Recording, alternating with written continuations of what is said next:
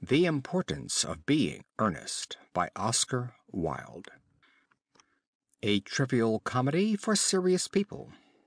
The persons in the play: John Worthing, J.P., Algernon Moncrief, Reverend Canon Chasuble, D.D., Merryman, butler, Lane, manservant, Lady Bracknell, Honorable Gwendolen Fairfax, Cecily Cardew, Miss Prism, governess. The scenes of the play. Act 1. Algernon Moncrief's flat in Half Moon Street. Act 2. The garden at the Manor House, Woolton. Act 3. Drawing room at the Manor House, Woolton. Time, the present. First act. Scene: morning room in Algernon's flat in Half Moon Street. The room is luxuriously and artistically furnished. The sound of a piano is heard in the adjoining room. Lane is arranging afternoon tea on the table, and after the music has ceased, Algernon enters. Algernon: Did you hear what I was playing, Lane? Lane: I didn't think it polite to listen, sir. Algernon: I'm sorry for that, for your sake. I don't play accurately. Anyone can play accurately. But I play with wonderful expression. As far as the piano is concerned, sentiment is my forte. I keep science for life. Lane: Yes, sir.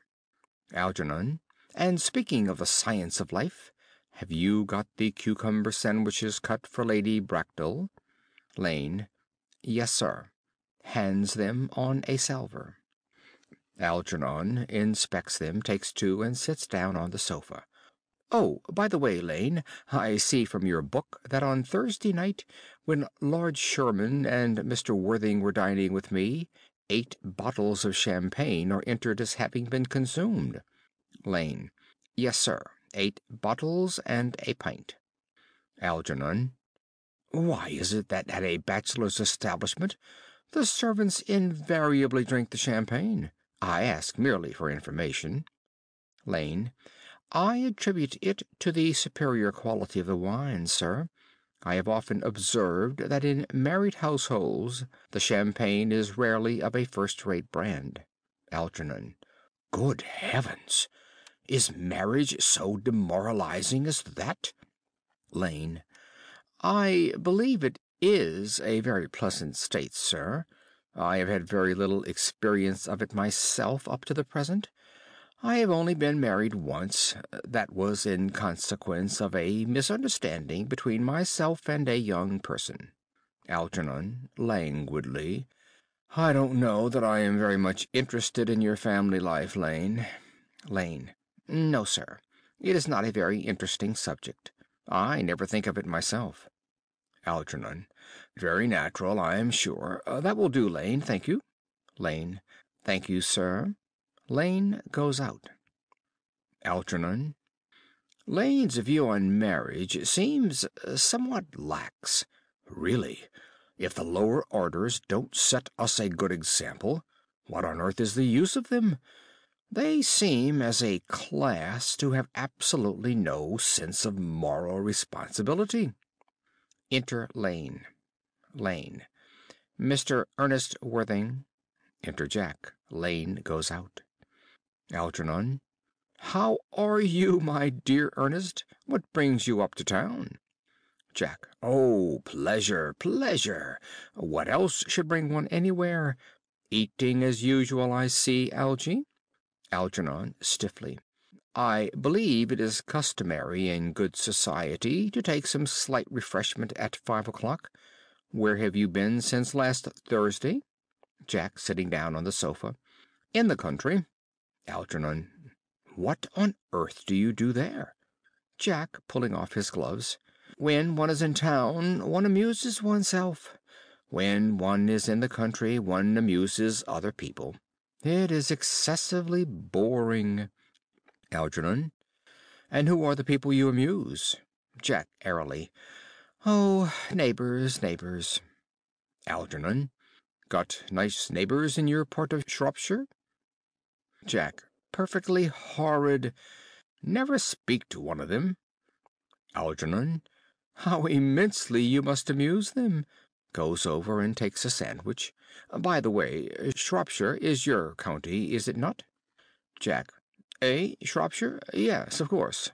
Hello, why all these cups? Why cucumber sandwiches? Why such reckless extravagance in one so young? Who is coming to tea? Algernon. Oh, merely Aunt Augusta and Gwendolen. Jack. How perfectly delightful. Algernon. Yes, that is all very well, but I am afraid Aunt Augusta won't quite approve of your being here. Jack. May I ask why? Algernon. My dear fellow, the way you flirt with Gwendolen is perfectly disgraceful. It is almost as bad as the way Gwendolen flirts with you. Jack. I am in love with Gwendolen. I have come up to town expressly to propose to her. Algernon. I thought you had come up for pleasure. I call that business. Jack. How utterly unromantic you are. Algernon. I really don't see anything romantic in proposing. It is very romantic to be in love, but there is nothing romantic about a definite proposal. Why, one may be accepted.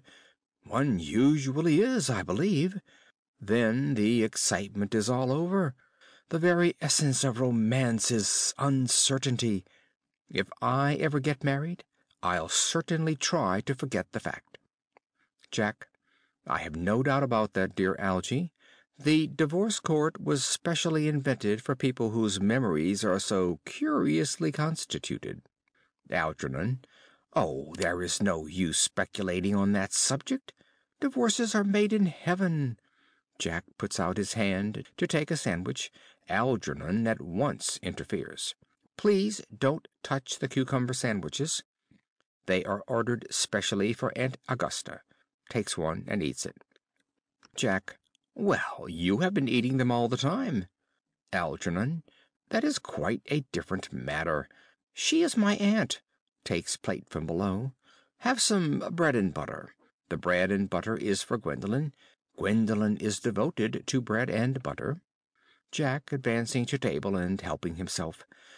And very good bread and butter it is, too. Algernon.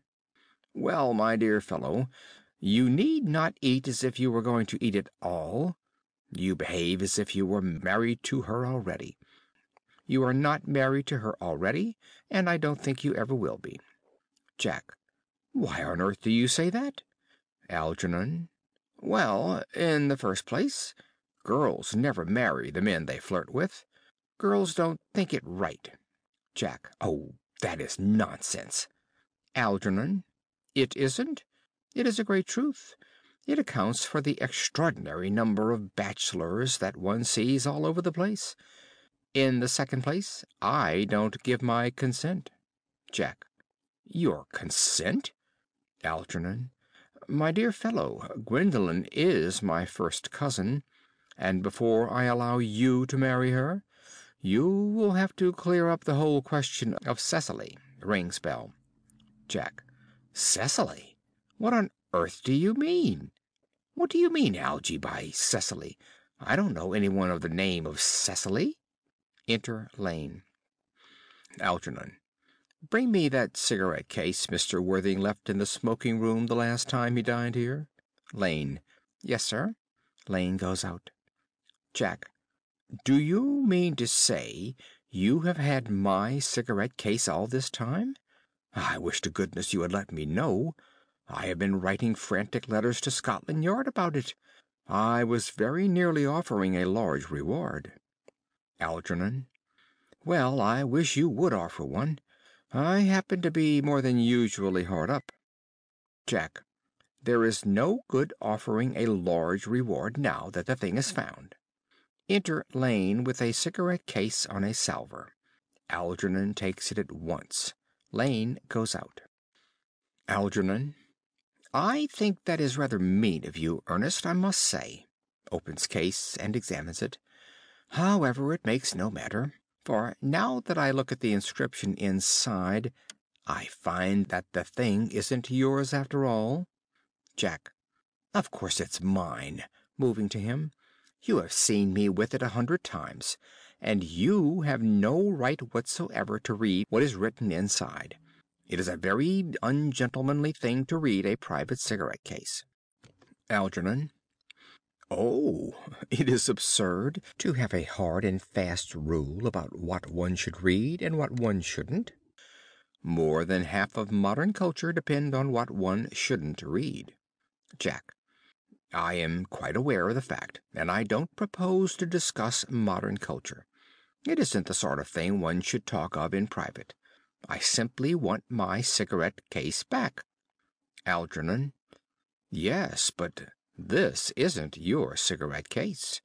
This cigarette case is a present from someone of the name of Cecily, and you said you didn't know anyone of that name. Jack.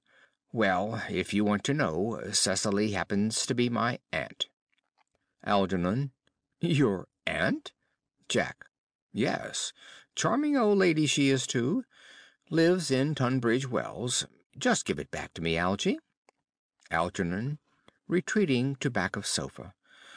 But why does she call herself Little Cecily if she is your aunt and lives at Tunbridge Wells? Reading. From Little Cecily with her fondest love. Jack, moving to sofa and kneeling upon it.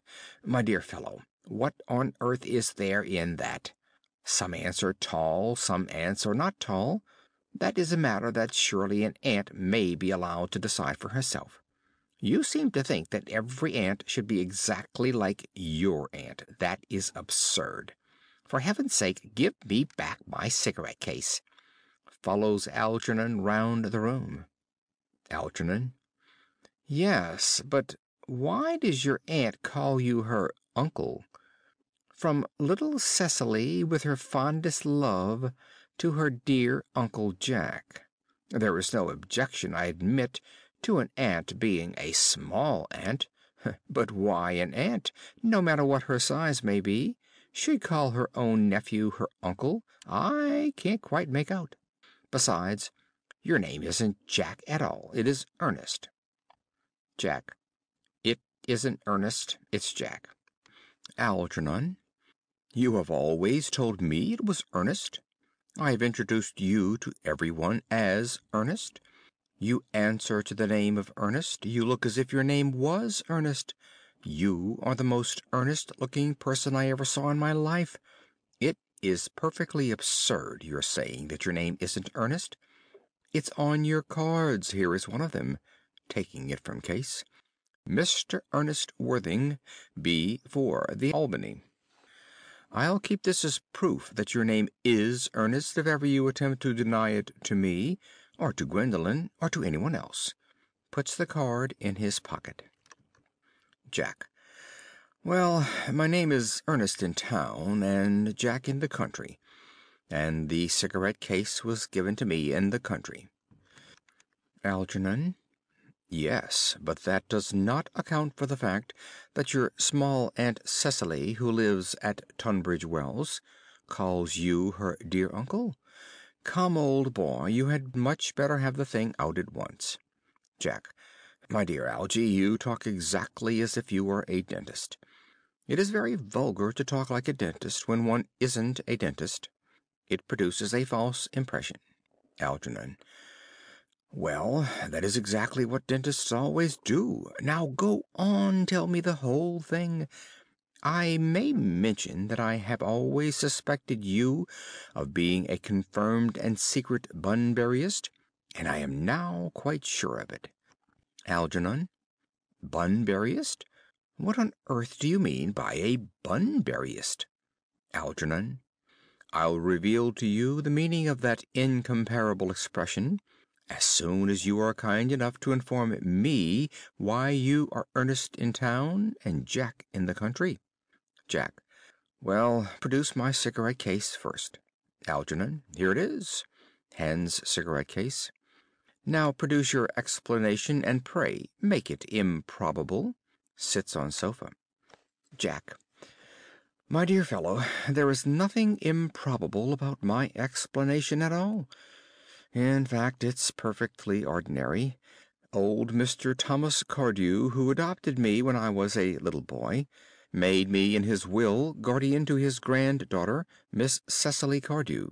Cecily, who addresses me as her uncle from motives of respect that you could not possibly appreciate, lives at my place in the country, under the charge of her admirable governess, Miss Prism. Algernon. Where is that place in the country, by the way? Jack. That is nothing to you, dear boy. You are not going to be invited. I may tell you candidly that the place is not in Shropshire. Algernon. I suspected that, my dear fellow. I have bunberried all over Shropshire on 2 separate occasions. Now go on. Why are you Ernest in town and Jack in the country? Jack. My dear Algy, I don't know whether you will be able to understand my real motives. You are hardly serious enough. When one is placed in the position of guardian, one has to adopt a very high moral tone on all subjects. It's one's duty to do so. And as a high moral tone can hardly be said to conduce very much to either one's health or one's happiness, in order to get up to town, I have always pretended to have a younger brother of the name of Earnest, who lives in the Albany, and gets into the most dreadful scrapes. That, my dear Algy, is the whole truth, pure and simple. Algernon. The truth is rarely pure, and never simple. Modern life would be very tedious if it were either, and modern literature a complete impossibility. Jack. That wouldn't be at all a bad thing. Algernon. Literary criticism is not your forte, my dear fellow. Don't try it. You should leave that to people who haven't been at a university. They do it so well in the daily papers. What you really are is a Bunburyist. I was quite right in saying you were a Bunburyist. You are one of the most advanced Bunburyists I know. Jack. What on earth do you mean? Algernon. You have invented a very useful younger brother called Ernest, in order that you may be able to come up to town as often as you like. I have invented an invaluable permanent invalid called Bunbury, in order that I may be able to go down into the country whenever I choose. Bunbury is perfectly invaluable. If it wasn't for Bunbury's extraordinary bad health, for instance, I wouldn't be able to dine with you at Willis's tonight, for I have really been engaged to Aunt Augusta for more than a week. Jack. I haven't asked you to dine with me anywhere tonight. Algernon. I know. You are absurdly careless about sending out invitations. It is very foolish of you. Nothing annoys people so much as not receiving invitations. Jack. You had much better dine with your Aunt Augusta. Algernon. I haven't the slightest intention of doing anything of the kind. To begin with, I dined there on Monday, and once a week is quite enough to dine with one's relations. In the second place, whenever I do dine there, I am always treated as a member of the family, and sent down with either no woman at all, or 2. In the third place, I know perfectly well whom she will place me next to tonight. She will place me next to Mary Farquhar, who always flirts with her own husband across the dinner table. That is not very pleasant. Indeed, it is not even decent. And that sort of thing is enormously on the increase. The amount of women in London who flirt with their own husbands is perfectly scandalous. It looks so bad. It is simply washing one's clean linen in public. Besides, now that I know you to be a confirmed Bunburyist, I naturally want to talk to you about Bunburying. I want to tell you the rules. Jack. I'm not a Bunburyist at all. If Gwendolen accepts me, I am going to kill my brother. Indeed, I think I'll kill him in any case. Cecily is a little too much interested in him. It is rather a bore. So I am going to get rid of Ernest. And I strongly advise you to do the same with your invalid friend who has the absurd name. Algernon, nothing will induce me to part with Bunbury, and if you ever get married, which seems to me extremely problematic, you will be very glad to know Bunbury. A man who marries without knowing Bunbury has a very tedious time of it. Jack, that is nonsense. If I marry a charming girl like Gwendolen, and she is the only girl I ever saw in my life that I would marry, I certainly won't want to know Bunbury. Algernon, then your wife will. You don't seem to realize that in married life 3 is company and 2 is none. Jack, sententiously, that, my dear young friend, is the theory that the corrupt French drama has been propounding for the last 50 years. Algernon, yes, and that the happy English home has proved in half the time. Jack, for heaven's sake, don't try to be cynical.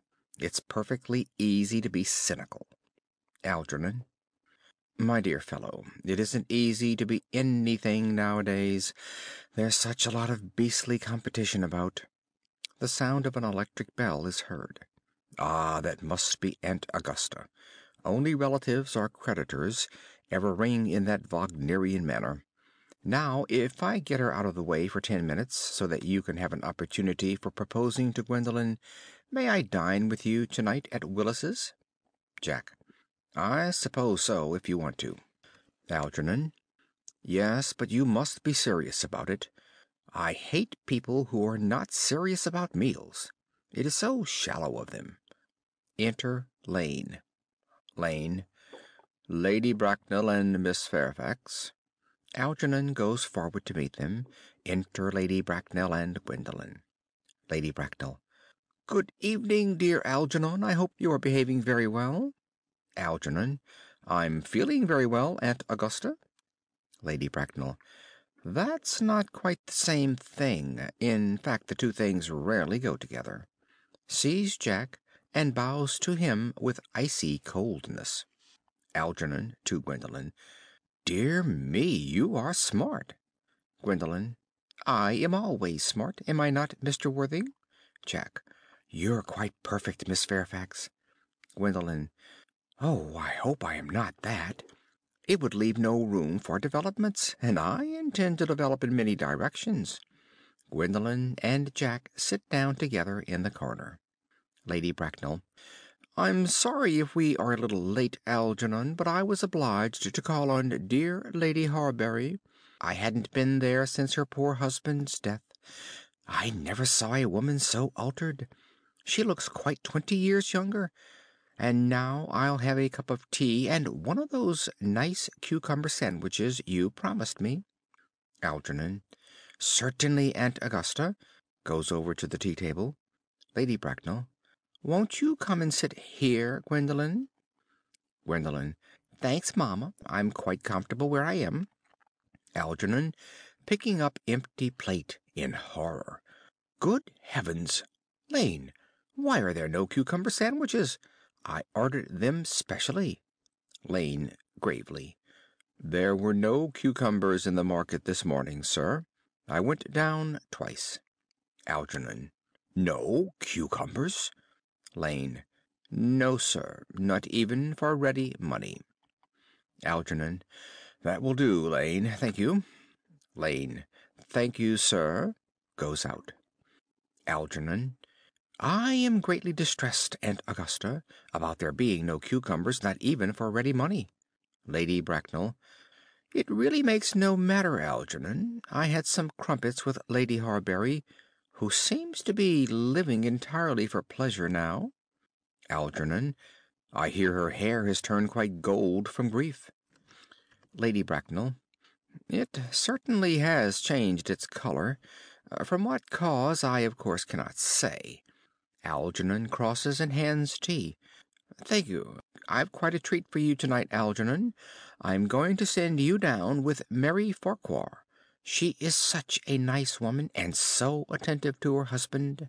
It's delightful to watch them. Algernon. I'm afraid, Aunt Augusta, I shall have to give up the pleasure of dining with you tonight after all. Lady Bracknell, frowning. I hope not, Algernon. It would put my table completely out. Your uncle would have to dine upstairs. Fortunately, he is accustomed to that. Algernon. It is a great bore, and I hardly need say a terrible disappointment to me, but the fact is I have just had a telegram to say that my poor friend Bunbury is very ill again. Exchanges glances with Jack. They seem to think I should be with him. Lady Bracknell. It is very strange. This Mr. Bunbury seems to suffer from curiously bad health. Algernon. Yes, poor Bunbury is a dreadful invalid. Lady Bracknell. Well, I must say, Algernon, that I think it is high time that Mr. Bunbury make up his mind whether he was going to live or to die. This shilly-shallying with the question is absurd, nor do I in any way approve of the modern sympathy with invalids. I consider it morbid. Illness of any kind is hardly a thing to be encouraged in others. Health is the primary duty of life. I'm always telling that to your poor uncle, but he never seems to take notice, so far as any improvement in his ailment goes. I should be much obliged if you would ask Mr. Bunbury from me to be kind enough not to have a relapse on Saturday, for I rely on you to arrange my music for me. It is my last reception, and one wants something that will encourage conversation, particularly at the end of the season, when everyone has practically said whatever they had to say, which in most cases was probably not much. Algernon. I'll speak to Bunbury, Aunt Augusta, if he is still conscious, and I think I can promise you he'll be all right by Saturday. Of course the music is a great difficulty. You see, if one plays good music, people don't listen, and if one plays bad music, people don't talk. But I'll run over the program I've drawn out if you will kindly come into the next room for a moment. Lady Bracknell. Thank you, Algernon. That is very thoughtful of you. Rising and following Algernon. I'm sure the program will be delightful after a few expurgations. French songs I cannot possibly allow. People always seem to think that they are improper, and either look shocked, which is vulgar, or laugh, which is worse. But German sounds a thoroughly respectable language, and indeed, I believe, is so. Gwendolen, you will accompany me? Gwendolen. Certainly, mamma. Lady Bracknell and Algernon go into the music room. Gwendolen remains behind. Jack. Charming day it has been, Miss Fairfax. Gwendolen. Pray don't talk to me about the weather, Mr. Worthing. Whenever people talk to me about the weather, I always feel quite certain that they mean something else, and that makes me so nervous. Jack. I do mean something else. Gwendolen. I thought so. In fact, I am never wrong. Jack. And I would like to be allowed to take advantage of Lady Bracknell's temporary absence. Gwendolen. I would certainly advise you to do so. Mamma has a way of coming back suddenly into a room that I have often had to speak to her about. Jack, nervously. Miss Fairfax, ever since I met you, I have admired you more than any girl I have ever met since I met you. Gwendolen. Yes, I am quite well aware of the fact, and I often wish that in public, at any rate, you had been more demonstrative. For me, you have always had an irresistible fascination. Even before I met you, I was far from indifferent to you. Jack looks at her in amazement. We live, as I hope you know, Mr. Worthing, in an age of ideals. The fact is constantly mentioned in the more expensive monthly magazines, and has reached the provincial pulpits, I am told, and my ideal has always been to love someone of the name of Ernest. There is something in that name that inspires absolute confidence. The moment Algernon first mentioned to me that he had a friend called Ernest, I knew I was destined to love you. Jack. You really love me, Gwendolen? Gwendolen. Passionately. Jack. Darling, you don't know how happy you've made me. Gwendolen. My own Ernest. Jack. But you don't really mean to say that you couldn't love me if my name wasn't Ernest. Gwendolen. But your name is Ernest. Jack. Yes, I know it is. But supposing it was something else, do you mean to say you couldn't love me then? Gwendolen, glibly. Ah, that is clearly a metaphysical speculation, and like most metaphysical speculations, has very little reference at all to the actual facts of real life as we know them. Jack. Personally, darling, to speak quite candidly, I don't much care about the name of Ernest. I don't think the name suits me at all. Gwendolen. It suits you perfectly. It is a divine name. It has a music of its own. It produces vibrations. Jack. Well, really, Gwendolen, I must say that I think there are lots of other much nicer names. I think Jack, for instance, a charming name. Gwendolen. Jack? No, there is very little music in the name Jack, if any at all, indeed. It does not thrill. It produces absolutely no vibrations. I have known several Jacks, and they all, without exception, were more than usually plain. Besides, Jack is a notorious domesticity for John, and I pity any woman who is married to a man called John. She would probably never be allowed to know the entrancing pleasure of a single moment's solitude. The only really safe name is Ernest. Jack. Gwendolen, I must get christened at once. I mean, we must get married at once. There is no time to be lost. Gwendolen. Married, Mr. Worthing? Jack, astounded. Well, surely you know that I love you, and you led me to believe, Miss Fairfax, that you were not absolutely indifferent to me. Gwendolen. I adore you, but you haven't proposed to me yet. Nothing has been said at all about marriage. The subject has not even been touched on. Jack. Well, may I propose to you now? Gwendolen. I think it would be an admirable opportunity. And to spare you any possible disappointment, Mr. Worthing, I think it only fair to tell you quite frankly beforehand that I am fully determined to accept you. Jack. Gwendolen. Gwendolen. Yes, Mr. Worthing. What have you got to say to me? Jack. You know what I have got to say to you. Gwendolen. Yes, but you don't say it. Jack. Gwendolen. Will you marry me? Goes on his knees. Gwendolen. Of course I will, darling. How long you have been about it! I'm afraid you have had very little experience in how to propose. Jack. My own one, I have never loved anyone in the world but you. Gwendolen. Yes, but men often propose for practice. I know my brother Gerald does. All my girl friends tell me so. What wonderfully blue eyes you have, Ernest. They are quite, quite blue. I hope you will always look at me just like that, especially when there are other people present. Enter Lady Bracknell. Lady Bracknell. Mr. Worthing, rise, sir, from this semi-recumbent posture. It is most indecorous. Gwendolen. Mamma!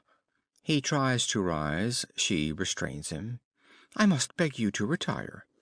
This is no place for you. Besides, Mr. Worthing has not quite finished yet. Lady Bracknell. Finished what, may I ask? Gwendolen. I am engaged to Mr. Worthing, mamma. They rise together. Lady Bracknell. Pardon me, you are not engaged to anyone. When you do become engaged to someone, I, or your father, should his health permit him, will inform you of the fact. An engagement should come on a young girl as a surprise, pleasant or unpleasant as the case may be. It is hardly a matter that she could be allowed to arrange for herself. And now I have a few questions to put to you, Mr. Worthing. While I am making these inquiries, you, Gwendolen, will wait for me below in the carriage. Gwendolen, reproachfully. Mamma! Lady Bracknell. In the carriage, Gwendolen. Gwendolen goes to the door. She and Jack blow kisses to each other behind Lady Bracknell's back. Lady Bracknell looks vaguely about as if she could not understand what the noise was. Finally turns round. Gwendolen, the carriage? Gwendolen. Yes, mamma. Goes out, looking back at Jack. Lady Bracknell, sitting down. You can take a seat, Mr. Worthing. Looks in her pocket for a notebook and pencil. Jack. Thank you, Lady Bracknell. I prefer standing. Lady Bracknell, pencil and notebook in hand. I feel bound to tell you that you are not down on my list of eligible young men, although I have the same list as the dear Duchess of Bolton has. We work together, in fact. However, I am quite ready to enter your name, should your answers be what a really affectionate mother requires. Do you smoke? Jack. Well, yes, I must admit I smoke. Lady Bracknell. I am glad to hear it. A man should always have an occupation of some kind. There are far too many idle men in London as it is. How old are you? Jack. 29. Lady Bracknell. A very good age to be married at. I have always been of the opinion that a man who desires to get married should know either everything or nothing. Which do you know? Jack, after some hesitation.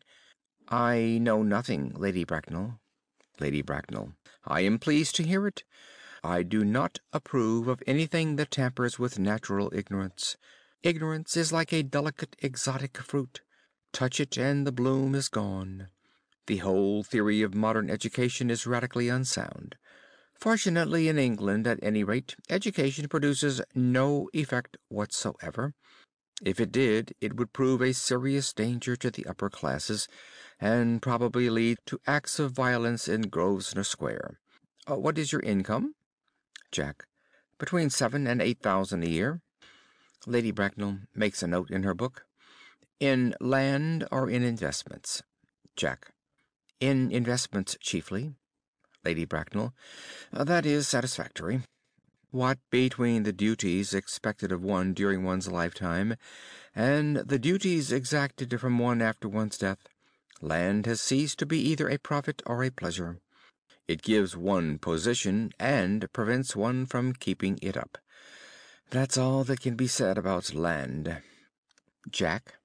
I have a country house, with some land, of course, attached to it.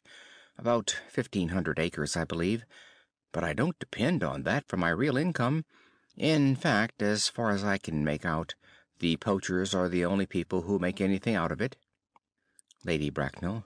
A country house! How many bedrooms? Well, that point can be cleared up afterwards.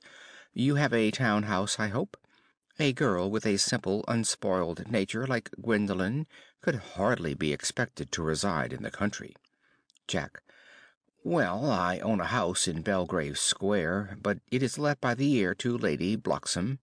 Of course I can get it back whenever I like at 6 months' notice. Lady Bracknell. Lady Bloxham? I don't know her. Jack. Oh, she goes about very little. She is a lady considerably advanced in years. Lady Bracknell. Ah, nowadays that is no guarantee of respectability of character. What number in Belgrave Square? Jack. 149. Lady Bracknell, shaking her head. The unfashionable side. I thought there was something. However, that could easily be altered. Jack. Do you mean the fashion or the side? Lady Bracknell, sternly. Both, if necessary, I presume. What are your politics? Jack. Well, I am afraid I really have none. I am a Liberal Unionist. Lady Bracknell. Oh, they count as Tories. They dine with us, or come in the evening at any rate. Now, to minor matters. Are your parents living? Jack. I have lost both my parents. Lady Bracknell. To lose one parent, Mr. Worthing, may be regarded as a misfortune. To lose both looks like carelessness. Who was your father? He was evidently a man of some wealth. Was he born in what the radical papers call the purple of commerce, or did he rise from the ranks of the aristocracy? Jack. I am afraid I really don't know. The fact is, Lady Bracknell, I said I had lost my parents. It would be nearer the truth to say that my parents seem to have lost me. I don't actually know who I am by birth. I was, well, I was found. Lady Bracknell. Found? Jack. The late Mr. Thomas Cardew, an old gentleman of a very charitable and kindly disposition, found me, and gave me the name of Worthing, because he happened to have a first-class ticket for Worthing in his pocket at the time. Worthing is a place in Sussex. It is a seaside resort. Lady Bracknell. Where did the charitable gentleman who had a first-class ticket for this seaside resort find you? Jack gravely. In a handbag. Lady Bracknell. A handbag? Jack very seriously. Yes, Lady Bracknell. I was in a handbag, a somewhat large black leather handbag with handles to it, an ordinary handbag, in fact. Lady Bracknell. In what locality did this Mr. James or Thomas Cardew come across this ordinary handbag? Jack. In the cloakroom at Victoria Station. It was given to him in mistake for his own. Lady Bracknell. The cloakroom at Victoria Station? Jack. Yes, the Brighton line. Lady Bracknell. The line is immaterial. Mr. Worthing, I confess I feel somewhat bewildered by what you have just told me. To be born, or at any rate bred, in a handbag, whether it had handles or not, seems to me to display a contempt for the ordinary decencies of family life that reminds me of the worst excesses of the French Revolution, and I presume you know what that unfortunate movement led to? As for the particular location in which the handbag was found, a cloakroom at a railway station might serve to conceal a social indiscretion, has probably, indeed, been used for that purpose before now, but it could hardly be regarded as an assured basis for a recognized position in good society. Jack. May I ask you, then, what you would advise me to do? I need hardly say I would do anything in the world to ensure Gwendolen's happiness. Lady Bracknell. I would strongly advise you, Mr. Worthing, to try and acquire some relations as soon as possible, and to make a definite effort to produce at any rate one parent of either sex before the season is quite over. Jack. Well, I don't see how I could possibly manage to do that. I can produce the handbag at any moment. It is in my dressing room at home. I really think that should satisfy you, Lady Bracknell. Lady Bracknell. Me, sir? What has it to do with me? You can hardly imagine that I and Lord Bracknell would dream of allowing our only daughter, a daughter brought up with the utmost care, to marry into a cloakroom and form an alliance with a parcel. Good morning, Mr. Worthing. Lady Bracknell sweeps out in majestic indignation. Jack. Good morning. Algernon, from the other room, strikes up the wedding march. Jack looks perfectly furious, and goes to the door. For goodness' sake, don't play that ghastly tune, Algy. How idiotic you are. The music stops, and Algernon enters cheerily. Algernon. Didn't it go off all right, old boy? You don't mean to say Gwendolen refused you? I know it is a way she has. She is always refusing people. I think it is most ill-natured of her. Jack. Oh, Gwendolen is right as a trivet. As far as she is concerned, we are engaged. Her mother is perfectly unbearable. Never met such a gorgon. I don't really know what a gorgon is like, but I am quite sure that Lady Bracknell is one. In any case, she is a monster, without being a myth, which is rather unfair. I beg your pardon, Algy. I suppose I shouldn't talk about your own aunt in that way before you. Algernon. My dear boy, I love hearing my relations abused. It is the only thing that makes me put up with them at all. Relations are simply a tedious pack of people who haven't got the remotest knowledge of how to live, nor the smallest instinct about when to die. Jack. Oh, that is nonsense. Algernon. It isn't? Jack. Well, I won't argue about the matter. You always want to argue about things. Algernon. That is exactly what things were originally made for. Jack. Upon my word, if I thought that, I'd shoot myself. A pause. You don't think there is any chance of Gwendolen becoming like her mother in about 150 years, do you, Algy? Algernon. All women become like their mothers. That is their tragedy. No man does. That's his. Jack. Is that clever? Algernon. It is perfectly phrased, and quite as true as any observation in civilized life should be. Jack. I am sick to death of cleverness. Everybody is clever nowadays. You can't go anywhere without meeting clever people. The thing has become an absolute public nuisance. I wish to goodness we had a few fools left. Algernon. We have. Jack. I should extremely like to meet them. What do they talk about? Algernon. The fools? Oh, about the clever people, of course. Jack. What fools? Algernon. By the way, did you tell Gwendolen the truth about your being Ernest in town and Jack in the country? Jack. In a very patronizing manner. My dear fellow, the truth isn't quite the sort of thing one tells to a nice, sweet, refined girl. What extraordinary ideas you have about the way to behave to a woman. Algernon. The only way to behave to a woman is to make love to her if she is pretty, and to someone else if she is plain. Jack. Oh, that is nonsense. Algernon. What about your brother? What about profligate Ernest? Jack. Oh, before the end of the week I shall have got rid of him. I'll say he died in Paris of apoplexy. Lots of people die of apoplexy quite suddenly, don't they? Algernon. Yes, but it's hereditary, my dear fellow. It's a sort of thing that runs in families. You had much better say a severe chill. Jack. You are sure a severe chill isn't hereditary or anything of that kind? Algernon. Of course it isn't. Jack. Very well then. My poor brother Ernest to be carried off suddenly in Paris by a severe chill. That gets rid of him. Algernon. But I thought you said that Miss Cardew was a little too much interested in your poor brother Ernest. Won't she feel his loss a good deal? Jack. Oh, that is all right. Cecily is not a silly romantic girl, I'm glad to say.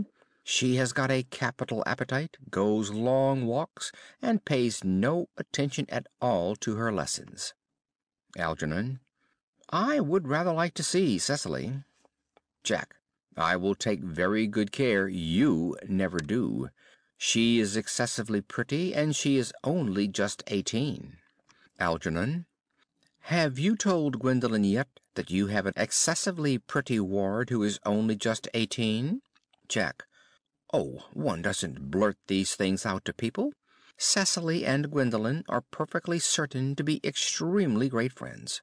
I'll bet you anything you like that half an hour after they meet they will be calling each other sister. Algernon. Women only do that when they have called each other a lot of other things first.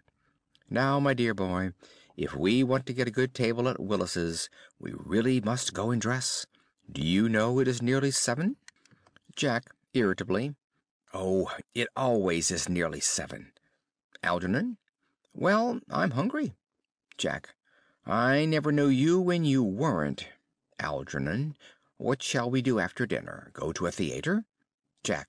Oh, no, I loathe listening. Algernon. Well, let's go to the club. Jack. Oh, no, I hate talking. Algernon. Well, we might trot round to the Empire at 10. Jack. Oh, no, I can't bear looking at things. It's so silly. Algernon. Well, what shall we do? Jack. Nothing. Algernon. It is awfully hard work doing nothing. However, I don't mind hard work where there is no definite object of any kind. Enter Lane. Lane. Miss Fairfax. Enter Gwendolen. Lane goes out. Algernon. Gwendolen, upon my word! Gwendolen. Algy, kindly turn your back. I have something very particular to say to Mr. Worthing. Algernon. Really, Gwendolen, I don't think I can allow this at all. Gwendolen. Algy, you always adopt a strictly immoral attitude towards life. You are not quite old enough to do that. Algernon retires to the fireplace. Jack. My own darling. Gwendolen. Ernest, we may never be married. From the expression on Mamma's face, I fear we never shall. Few parents nowadays pay any regard to what their children say to them. The old-fashioned respect for the young is fast dying out. Whatever influence I ever had over Mamma, I lost at the age of 3. But although she may prevent us from becoming man and wife, and I may marry someone else, and marry often, nothing that she can possibly do can alter my eternal devotion to you. Jack. Dear Gwendolen. Gwendolen. The story of your romantic origin, as related to me by Mamma, with unpleasant comments, has naturally stirred the deeper fibers of my nature. Your Christian name has an irresistible fascination. The simplicity of your character makes you exquisitely incomprehensible to me. Your town address at the Albany I have. What is your address in the country? Jack. The Manor House, Woolton, Hertfordshire. Algernon, who has been carefully listening, smiles to himself, and writes the address on his shirt cuff, then picks up the railway guide. Gwendolen. There is a good postal service, I suppose. It may be necessary to do something desperate. That, of course, will require serious consideration. I will communicate with you daily. Jack. My own one. Gwendolen. How long do you remain in town? Jack. Till Monday. Gwendolen. Good. Algy, you may turn round now. Algernon. Thanks, I've turned round already. Gwendolen. You may also ring the bell. Jack. You will let me see you to your carriage, my own darling? Gwendolen. Certainly. Jack, to Lane, who now enters. I will see Miss Fairfax out. Lane. Yes, sir. Jack and Gwendolen go off. Lane presents several letters on a salver to Algernon. It is to be surmised that they are bills, as Algernon, after looking at the envelopes, tears them up. Algernon. A glass of sherry, Lane. Lane. Yes, sir. Algernon. Tomorrow, Lane, I'm going bunburying. Lane. Yes, sir. Algernon. I shall probably not be back till Monday. You can put up my dress clothes, my smoking jacket, and all the Bunbury suits. Lane. Yes, sir. Handing sherry. Algernon. I hope tomorrow will be a fine day, Lane. Lane. It never is, sir. Algernon. Lane, you're a perfect pessimist. Lane. I do my best to give satisfaction, sir. Enter Jack. Lane goes off. Jack. There's a sensible, intellectual girl. The only girl I ever cared for in my life. Algernon is laughing immoderately. What on earth are you so amused at? Algernon. Oh, I'm a little anxious about poor Bunbury, that is all. Jack. If you don't take care, your friend Bunbury will get you into a serious scrape some day. Algernon. I love scrapes. They are the only thing that are never serious. Jack. Oh, that's nonsense, Algy. You never talk anything but nonsense. Algernon. Nobody ever does. Jack looks indignantly at him and leaves the room. Algernon lights a cigarette, reads his shirt cuff, and smiles. End of Act 1. Act 2. Scene: garden at the manor house. A flight of gray stone steps leads up to the house. The garden, an old-fashioned one, full of roses. Time of year, July. Basket chairs and a table covered with books are set under a large yew tree. Miss Prism discovered seated at the table. Cecily is at the back watering flowers. Miss Prism calling, "Cecily, Cecily! Surely such a utilitarian occupation as the watering of flowers is rather Moultron's duty than yours? Especially at a moment when intellectual pleasures await you. Your German grammar is on the table. Pray open it at page 15. We will repeat yesterday's lesson." Cecily, coming over very slowly. "But I don't like German. It isn't at all a becoming language. I know perfectly well that I look quite plain after my German lesson." Miss Prism, "Child, you know how anxious your guardian is that you should improve yourself in every way. He laid particular stress on your German as he was leaving for town yesterday. Indeed, he always lays stress on your German when he is leaving for town." Cecily, "Dear Uncle Jack is so very serious. Sometimes he is so serious that I think he cannot be quite well." Miss Prism, drawing herself up, "Your guardian enjoys the best of health, and his gravity of demeanor is especially to be commended in one so comparatively young as he is. I know no one who has a higher sense of duty and responsibility." Cecily, "I suppose that is why he often looks a little bored when we three are together."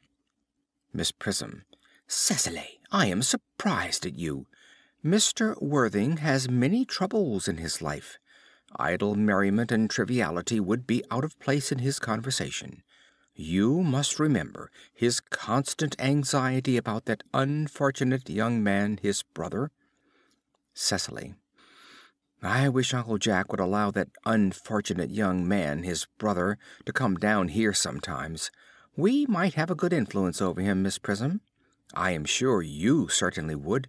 You know German and geology and things of that kind influence a man very much." Cecily begins to write in her diary.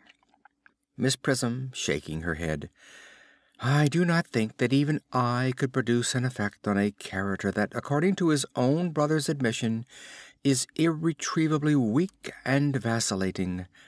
Indeed, I am not sure that I would desire to reclaim him. I am not in favor of this modern mania for turning bad people into good people at a moment's notice. As a man sows, so let him reap.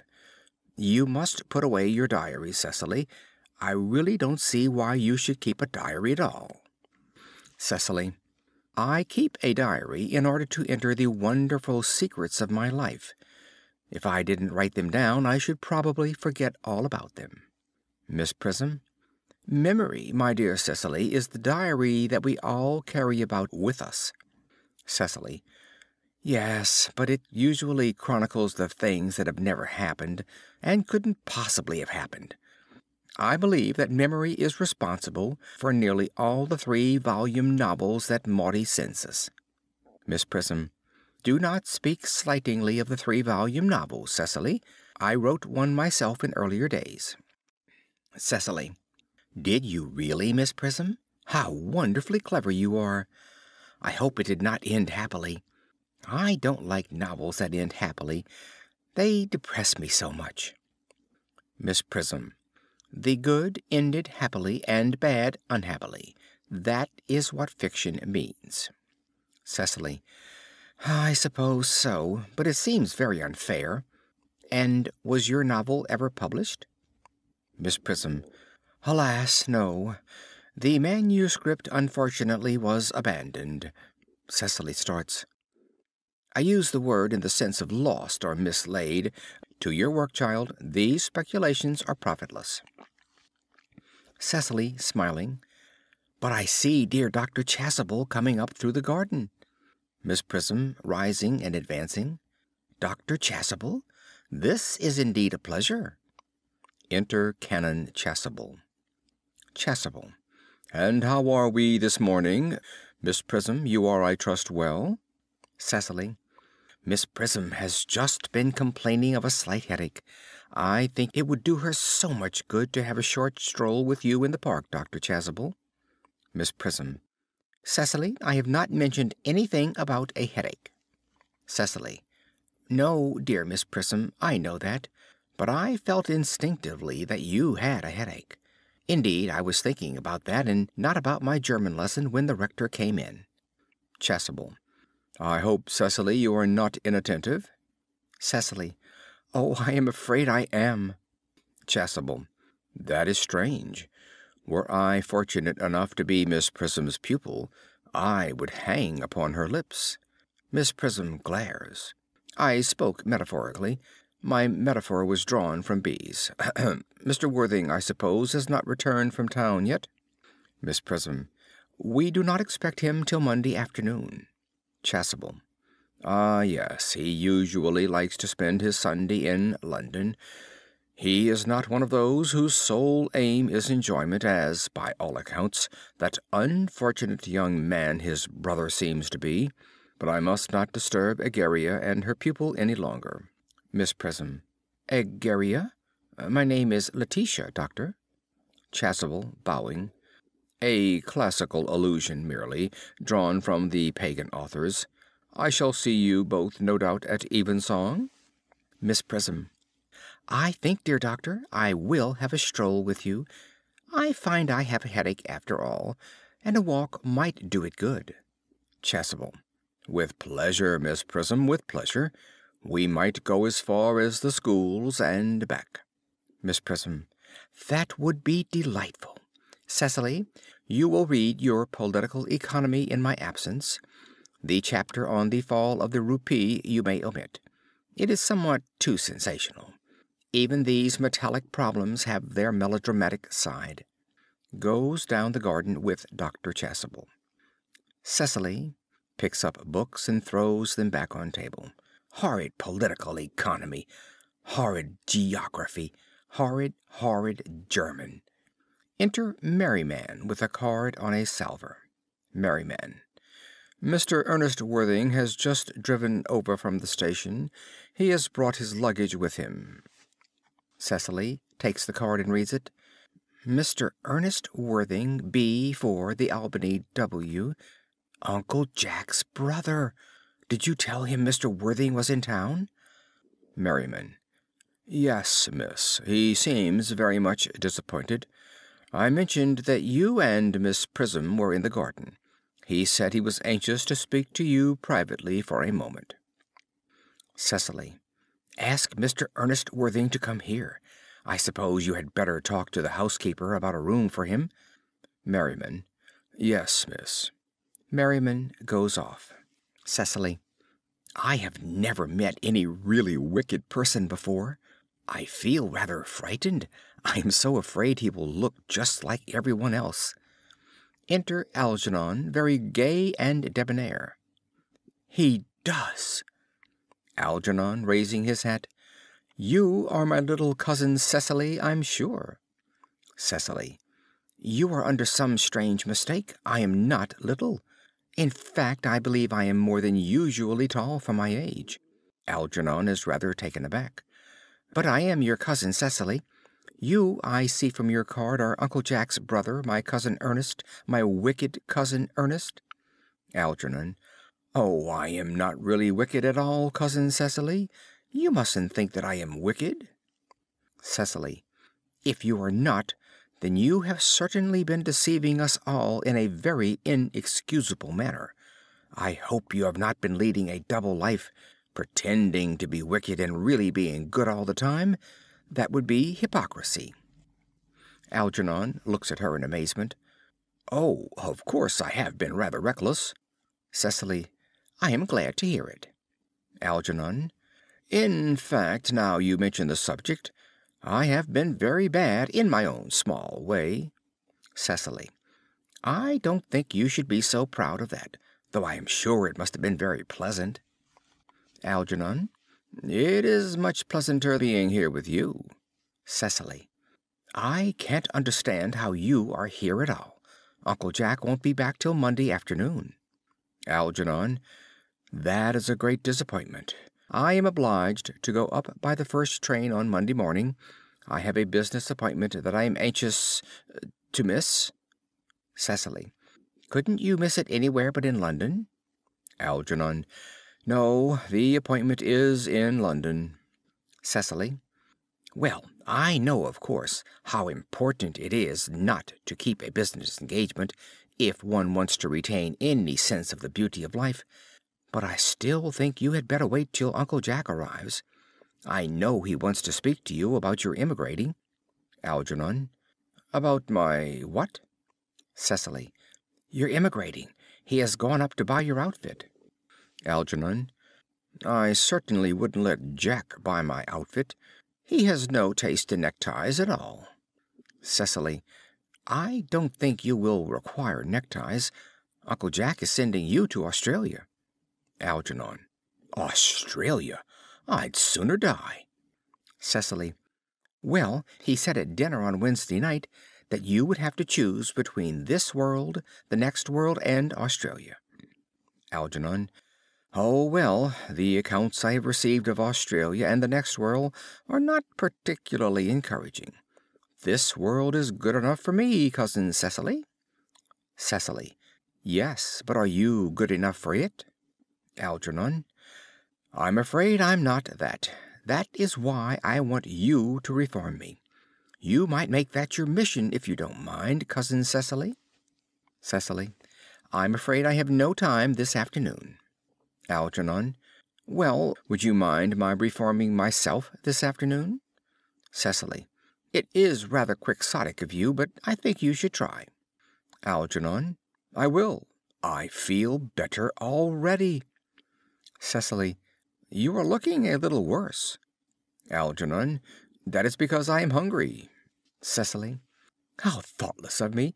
I should have remembered that when one is going to lead an entirely new life, one requires regular and wholesome meals. Won't you come in? Algernon. Thank you. May I have a buttonhole first? I never have any appetite unless I have a buttonhole first. Cecily. A Maréchal Niel? Picks up scissors. Algernon. No, I'd sooner have a pink rose. Cecily. Why?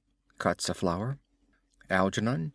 Because you are like a pink rose, Cousin Cecily. Cecily.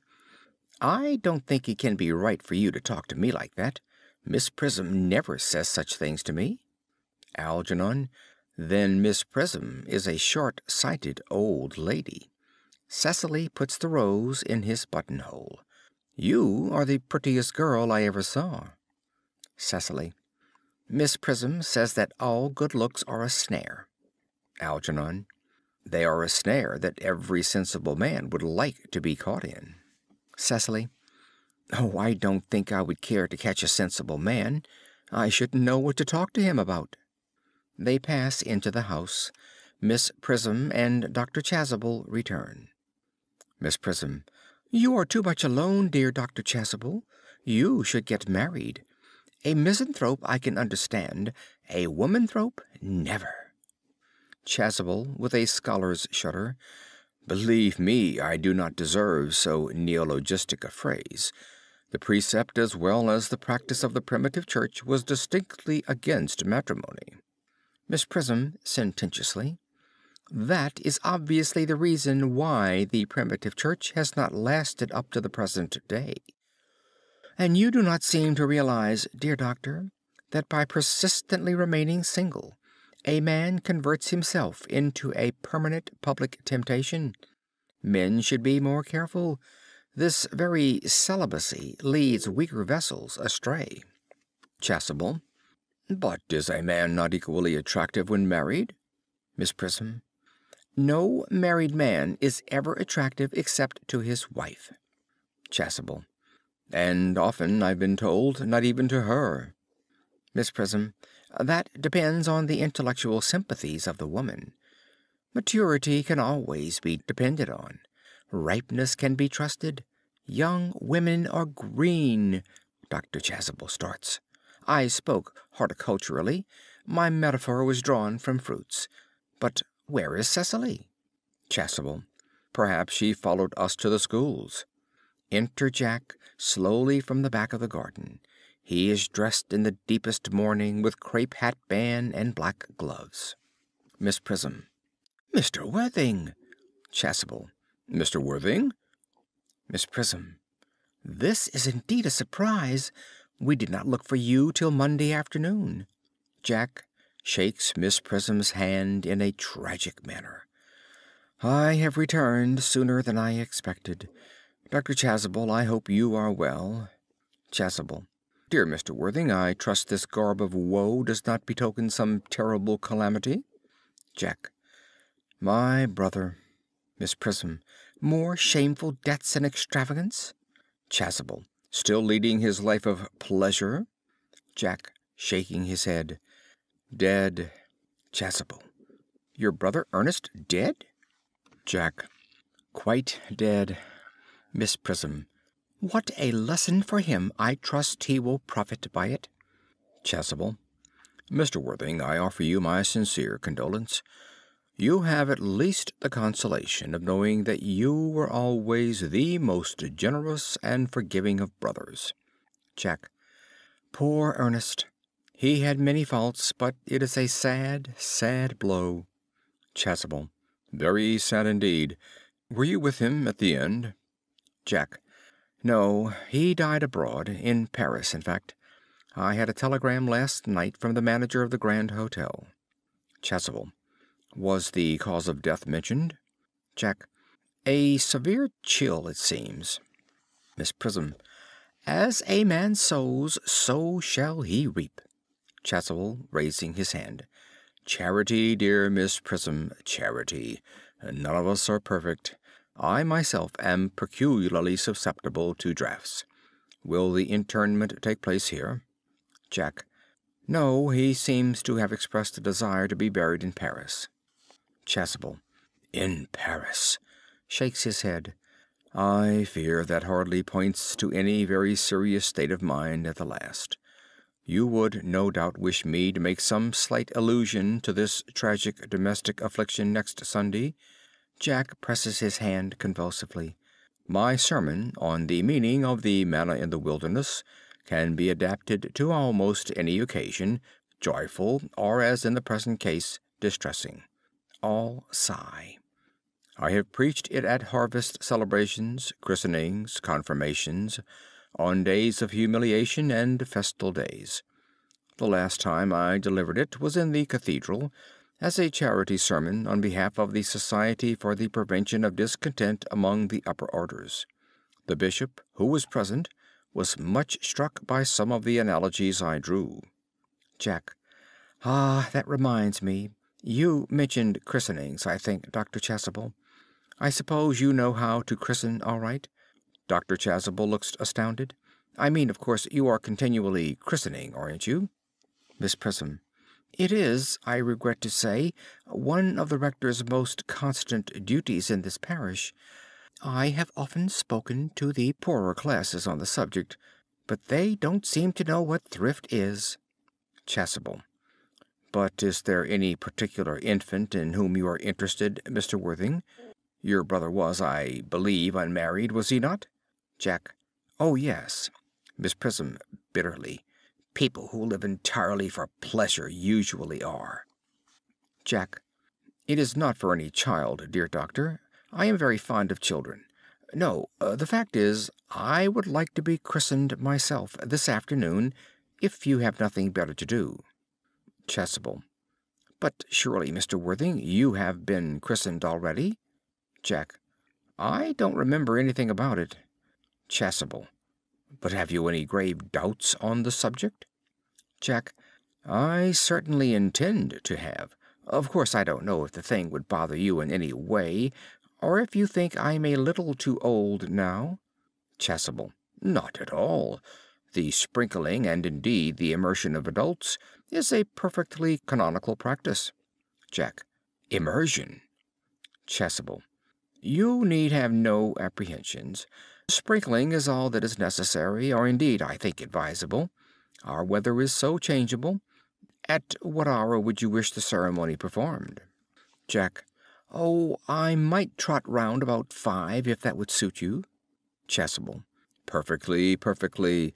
In fact, I have 2 similar ceremonies to perform at that time. A case of twins that occurred recently in one of the outlying cottages on your estate. Poor Jenkins, the carter, a most hard-working man. Jack. Oh, I don't see much fun in being christened along with other babies. It would be childish. Would 5:30 do? Chasuble. Admirably, admirably. Takes out watch. And now, dear Mr. Worthing, I will not intrude any longer into a house of sorrow. I would merely beg you not to be too much bowed down by grief. What seems to us bitter trials are often blessings in disguise. Miss Prism. This seems to me a blessing of an extremely obvious kind. Enter Cecily from the house. Cecily. Uncle Jack! Oh, I am pleased to see you back. But what horrid clothes you have got on! Do go and change them. Miss Prism. Cecily! Chasuble. My child, my child. Cecily goes toward Jack. He kisses her brow in a melancholy manner. Cecily. What is the matter, Uncle Jack? Do look happy. You look as if you had a toothache. And I have got such a surprise for you. Who do you think is in the dining room? Your brother. Jack. Who? Cecily. Your brother, Ernest. He arrived about half an hour ago. Jack. What nonsense! I haven't got a brother. Cecily. Oh, don't say that. However badly he may have behaved to you in the past, he is still your brother. You couldn't be so heartless as to disown him. I'll tell him to come out, and you will shake hands with him, won't you, Uncle Jack? Runs back into the house. Chasuble. These are very joyful tidings. Miss Prism. After we had all been resigned to his loss, his sudden return seems to me peculiarly distressing. Jack. My brother is in the dining room? I don't know what it all means. I think it is perfectly absurd. Enter Algernon and Cecily hand in hand.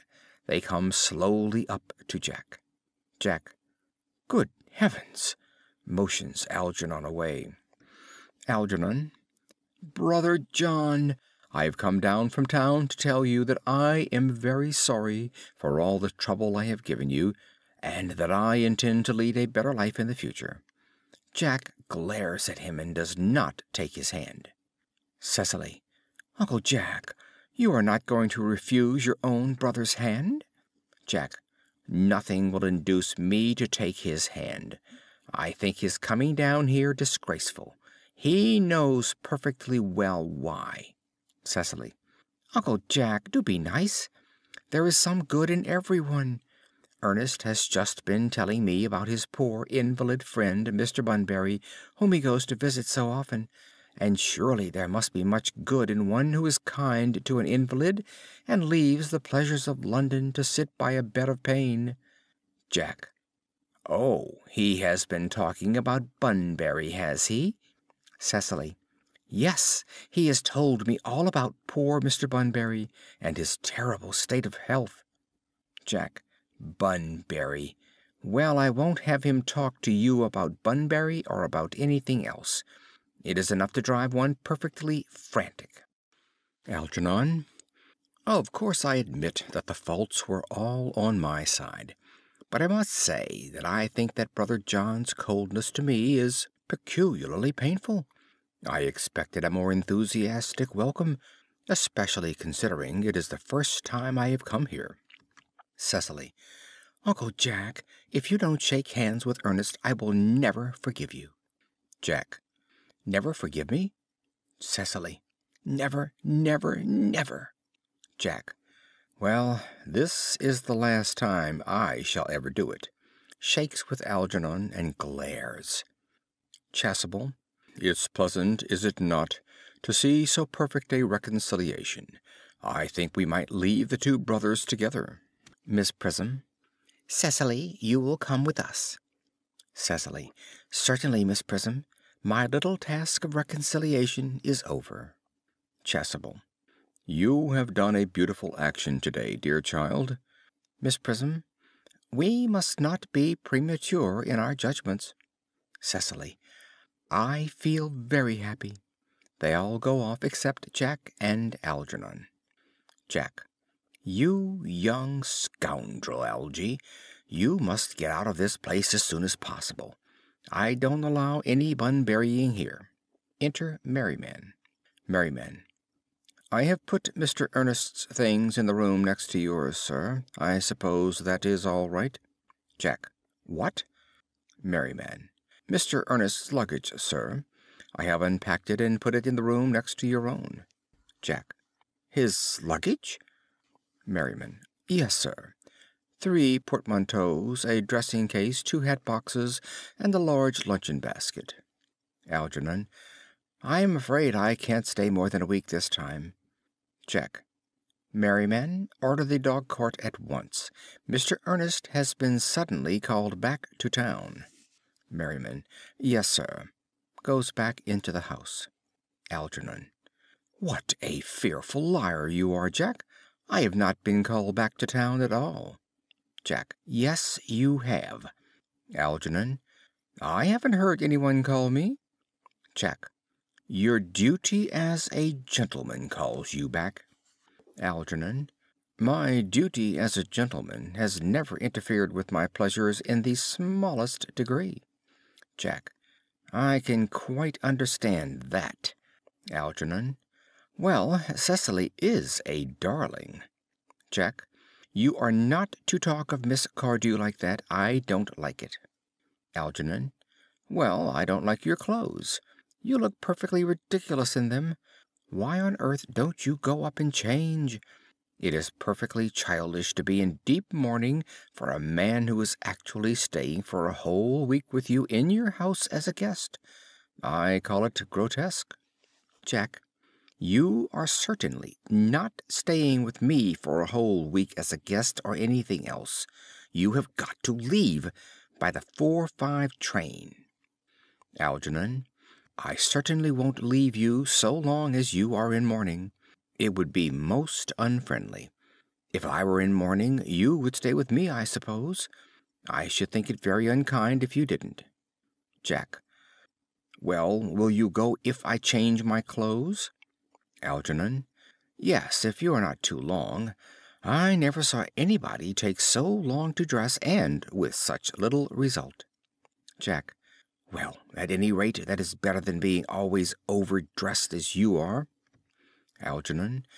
If I am occasionally a little overdressed, I make up for it by being always immensely overeducated. Jack. Your vanity is ridiculous, your conduct an outrage, and your presence in my garden utterly absurd. However, you have got to catch the 4:05, and I hope you will have a pleasant journey back to town. This bunburying, as you call it, has not been a great success for you. Goes into the house. Algernon. I think it has been a great success. I'm in love with Cecily, and that is everything. Enter Cecily at the back of the garden. She picks up the can and begins to water the flowers. But I must see her before I go, and make arrangements for another bunbury. Ah, there she is. Cecily. Oh, I merely came back to water the roses. I thought you were with Uncle Jack. Algernon. He's gone to order the dog cart for me. Cecily. Oh, is he going to take you for a nice drive? Algernon. He's going to send me away. Cecily. Then have we got to part? Algernon. I am afraid so. It's a very painful parting. Cecily. It is always painful to part from people whom one has known for a very brief space of time. The absence of old friends one can endure with equanimity, but even a momentary separation from anyone to whom one has just been introduced is almost unbearable. Algernon. Thank you. Enter Merryman. Merryman. The dog cart is at the door, sir. Algernon looks appealingly at Cecily. Cecily. It can wait, Merriman, for 5 minutes. Merriman. Yes, miss. Exit Merriman. Algernon.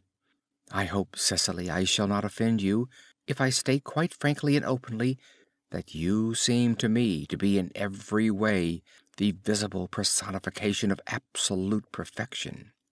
Cecily. I think your frankness does you great credit, Ernest. If you will allow me, I will copy your remarks into my diary. Goes over to table and begins writing in diary. Algernon. Do you really keep a diary? I'd give anything to look at it. May I? Cecily. Oh, no. Puts her hand over it. You see, it is simply a very young girl's record of her own thoughts and impressions, and consequently meant for publication. When it appears in volume form, I hope you will order a copy. But pray, Ernest, don't stop. I delight in taking down from dictation. I have reached absolute perfection. You can go on. I am quite ready for more. Algernon, somewhat taken aback. Cecily. Oh, don't cough, Ernest. When one is dictating, one should speak fluently and not cough. Besides, I don't know how to spell a cough. Writes as Algernon speaks. Algernon, speaking very rapidly.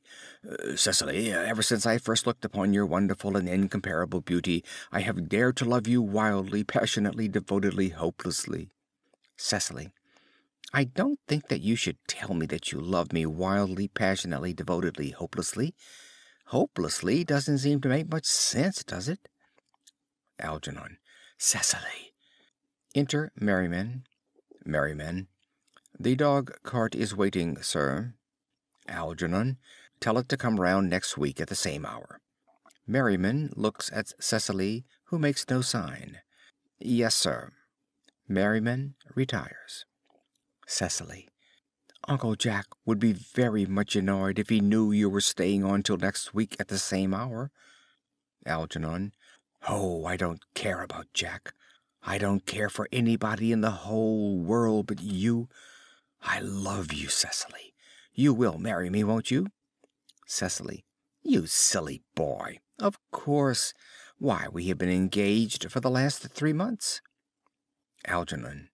For the last 3 months? Cecily. Yes, it will be exactly 3 months on Thursday. Algernon. But how did we become engaged? Cecily. Well, ever since dear Uncle Jack first confessed to us that he had a younger brother who was very wicked and bad, you of course have formed the chief topic of conversation between myself and Miss Prism. And of course a man who is much talked about is always very attractive. One feels there must be something in him after all. I dare say it was foolish of me, but I fell in love with you, Ernest. Algernon. Darling! And when was the engagement actually settled? Cecily. On the 14th of February last. Worn out by your entire ignorance of my existence, I determined to end the matter one way or the other, and after a long struggle with myself, I accepted you under this dear old tree here. The next day I bought this little ring in your name, and this is the little bangle with the true lover's knot I promised you always to wear. Algernon. Did I give you this? It's very pretty, isn't it? Cecily. Yes, you've wonderful good taste, Ernest. It's the excuse I've always given for your leading such a bad life. And this is the box in which I keep all your dear letters. Kneels at table, opens box, and produces letters tied up with blue ribbon. Algernon. My letters! But my own sweet Cecily, I have never written you any letters. Cecily. You need hardly remind me of that, Ernest. I remember only too well that I was forced to write your letters for you. I wrote always 3 times a week, and sometimes oftener. Algernon. Oh, do let me read them, Cecily. Oh, I couldn't possibly. They would make you far too conceited. Replaces box. The three you wrote me after I had broken off the engagement are so beautiful and so badly spelled that even now I can hardly read them without crying a little. Algernon. But was our engagement ever broken off? Cecily.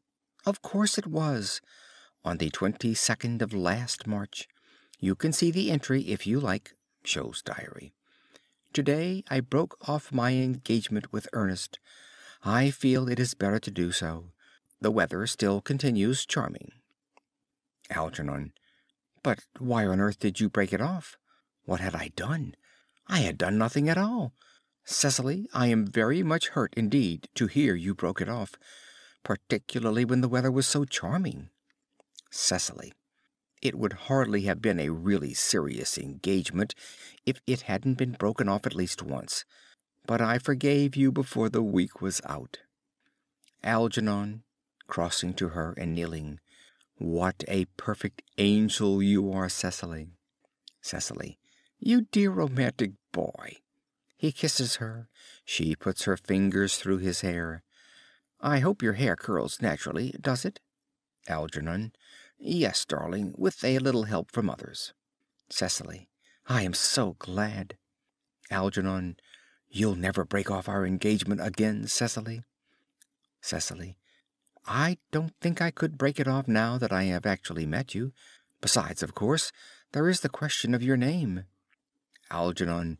Yes, of course, nervously. Cecily. You must not laugh at me, darling, but it had always been a girlish dream of mine to love someone whose name was Ernest. Algernon rises, Cecily also. There is something in that name that seems to inspire absolute confidence. I pity any poor married woman whose husband is not called Ernest. Algernon. But, my dear child, do you mean to say you could not love me if I had some other name? Cecily. But what name? Algernon. Oh, any name you like. Algernon, for instance. Cecily. But I don't like the name of Algernon. Algernon. Well, my own dear, sweet, loving little darling, I really can't see why you should object to the name of Algernon. It is not at all a bad name. In fact, it is rather an aristocratic name. Half of the chaps who get into the bankruptcy court are called Algernon. But seriously, Cecily, moving to her, if my name was Algy, couldn't you love me? Cecily, rising. I might respect you, Ernest. I might admire your character, but I fear that I should not be able to give you my undivided attention. Algernon. Ahem, Cecily, picking up hat. Your rector here is, I suppose, thoroughly experienced in the practice of all the rites and ceremonials of the church? Cecily. Oh, yes. Dr. Chasuble is a most learned man. He has never written a single book, so you can imagine how much he knows. Algernon. I must see him at once on a most important christening. On most important business. Cecily. Oh. Algernon. I shan't be away more than half an hour. Cecily. Considering that we have been engaged since February the 14th, and that I only met you today for the first time, I think it is rather hard that you should leave me for so long a period as half an hour.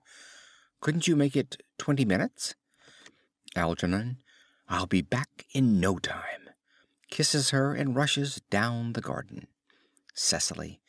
What an impetuous boy he is. I like his hair so much. I must enter his proposal in my diary. Enter Merriman. Merriman. A Miss Fairfax has just called to see Mr. Worthing on very important business, Miss Fairfax states. Cecily.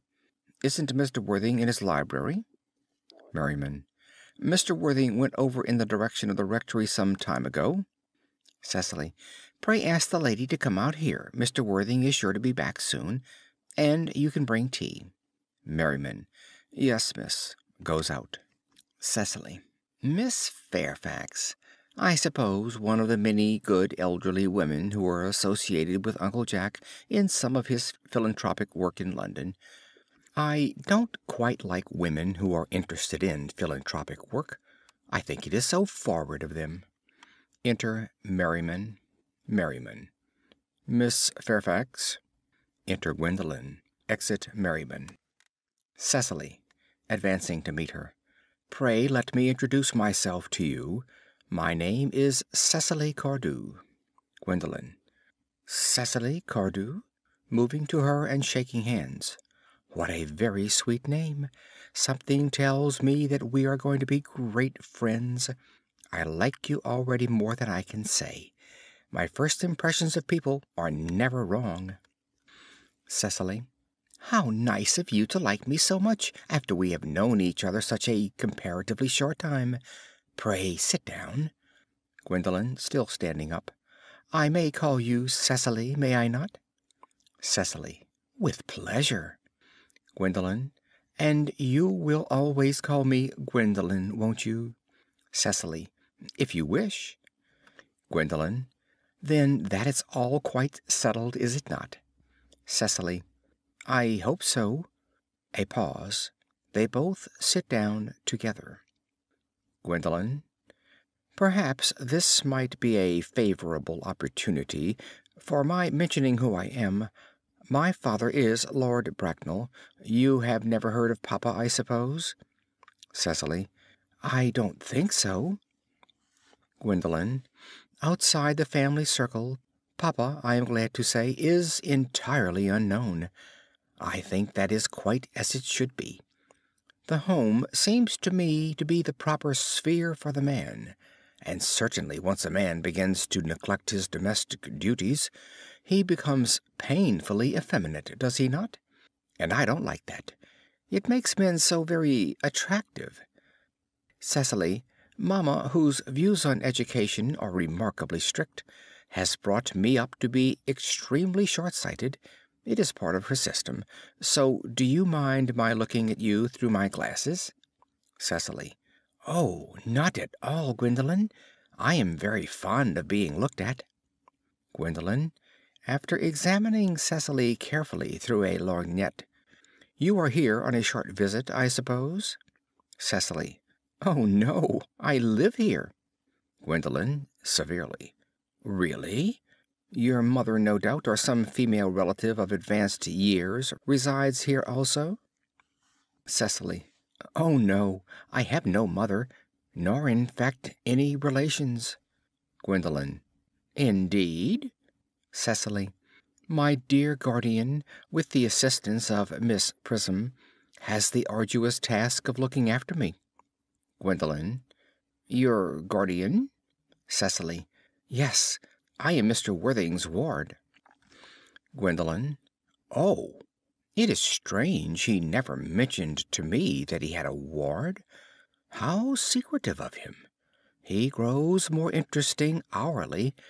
I am not sure, however, that the news inspires me with feelings of unmixed delight.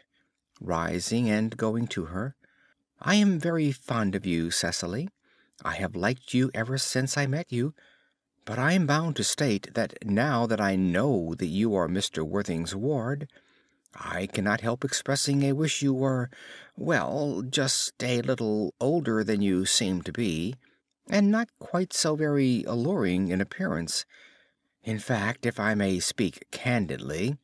Cecily. Pray do. I think that whenever one has anything unpleasant to say, one should always be quite candid. Gwendolen. Well, to speak with perfect candor, Cecily, I wish that you were fully 42 and more than usually plain for your age. Ernest has a strong, upright nature. He is the very soul of truth and honor. Disloyalty would be as impossible to him as deception. But even men of the noblest possible moral character are extremely susceptible to the influence of the physical charms of others. Modern, no less than ancient history, supplies us with many most painful examples of what I refer to. If it were not so, indeed, history would be quite unreadable. Cecily. I beg your pardon, Gwendolen. Did you say Ernest? Gwendolen. Yes. Cecily. Oh, but it is not Mr. Ernest Worthing who is my guardian. It is his brother, his elder brother. Gwendolen, sitting down again. Ernest never mentioned to me that he had a brother. Cecily. I am sorry to say they have not been on good terms for a long time. Gwendolen. Ah, that accounts for it. And now that I think of it, I have never heard any man mention his brother. The subject seems distasteful to most men. Cecily, you have lifted a load from my mind. I was growing most anxious. It would have been terrible if any cloud had come across a friendship like ours, would it not? Of course, you are quite sure that it is not Mr. Ernest Worthing who is your guardian? Cecily. Quite sure. A pause. In fact, I am going to be his. Gwendolen, inquiringly. I beg your pardon? Cecily, rather shy and confidingly. Dearest Gwendolen, there is no reason why I should make a secret of it to you. Our little county newspaper is sure to chronicle the fact next week. Mr. Ernest Worthing and I are engaged to be married. Gwendolen, quite politely rising. My darling Cecily, I think there must be some slight error. Mr. Ernest Worthing is engaged to me. The announcement will appear in the Morning Post on Saturday at the latest. Cecily, very politely rising. I am afraid you must be under some misconception. Ernest proposed to me exactly 10 minutes ago. Shows diary. Gwendolen examines the diary through her lorgnette carefully. It is certainly very curious, for he asked me to be his wife yesterday afternoon at 5:30. If you would care to verify the incident, pray do so. Produces a diary of her own. I never travel without my diary. One should always have something sensational to read in the train. I am so sorry, dear Cecily, if it is any disappointment to you, but I am afraid I have the prior claim. Cecily. It would distress me more than I can tell you, dear Gwendolen, if it caused you any mental or physical anguish, but I feel bound to point out that since Ernest proposed to you, he clearly has changed his mind. Gwendolen, meditatively. If the poor fellow has been entrapped into any foolish promise, I shall consider it my duty to rescue him at once, and with a firm hand. Cecily, thoughtfully and sadly. Whatever unfortunate entanglement my dear boy may have got into, I will never reproach him with it after we are married. Gwendolen. Do you allude to me, Miss Cardew, as an entanglement? You are presumptuous. On an occasion of this kind it becomes more than a moral duty to speak one's mind. It becomes a pleasure. Cecily. Do you suggest, Miss Fairfax, that I entrapped Ernest into an engagement? How dare you? This is no time for wearing the shallow mask of manners. When I see a spade, I call it a spade. Gwendolen, satirically. I am glad to say that I have never seen a spade. It is obvious that our social spheres have been widely different. Enter Merriman, followed by the footman. He carries a salver, tablecloth, and plate stand. Cecily is about to retort. The presence of the servants exercises a restraining influence under which both girls chafe. Merriman. Shall I lay tea here as usual, miss? Cecily, sternly, in a calm voice. Yes, as usual. Merriman begins to clear table and lay cloth. A long pause. Cecily and Gwendolen glare at each other. Gwendolen. Are there many interesting walks in the vicinity, Miss Cardew? Cecily. Oh, yes, a great many. From the top of one of the hills quite close one can see 5 counties. Gwendolen. 5 counties. I don't think I should like that. I hate crowds. Cecily, sweetly. I suppose that is why you live in town. Gwendolen bites her lip and beats her foot nervously with her parasol. Gwendolen, looking round. Quite a well-kept garden this is, Miss Cardew. Cecily. So glad you like it, Miss Fairfax. Gwendolen. I had no idea there were any flowers in the country. Cecily. Oh, flowers are as common here, Miss Fairfax, as people are in London. Gwendolen. Personally, I cannot understand how anybody manages to exist in the country, if anybody who is anybody does. The country always bores me to death. Cecily. Ah, this is what the newspapers call agricultural depression, is it not? I believe the aristocracy are suffering very much from it at present. It is almost an epidemic amongst them, I have been told. May I offer you some tea, Miss Fairfax? Gwendolen, with elaborate politeness. Thank you. Aside. Detestable girl, but I require tea. Cecily, sweetly. Sugar? Gwendolen, superciliously. No, thank you. Sugar is not fashionable any more. Cecily looks angrily at her, takes up the tongs, and puts 4 lumps of sugar into the cup. Cecily, severely. Cake or bread and butter? Gwendolen, in a bored manner. Bread and butter, please. Cake is rarely seen at the best houses nowadays. Cecily cuts a very large slice of cake and puts it on the tray. Hand that to Miss Fairfax. Merriman does so and goes out with footman. Gwendolen drinks the tea and makes a grimace, puts down the cup at once, reaches out her hand to the bread and butter, looks at it, and finds it is cake. Rises in indignation. Gwendolen. You have filled my tea with lumps of sugar, and though I asked most distinctly for bread and butter, you have given me cake. I am known for the gentleness of my disposition and the extraordinary sweetness of my nature. But I warn you, Miss Cardew, you may go too far. Cecily, rising. To save my poor innocent trusting boy from the machinations of any other girl, there are no lengths to which I would not go. Gwendolen. From the moment I saw you, I distrusted you. I felt that you were false and deceitful.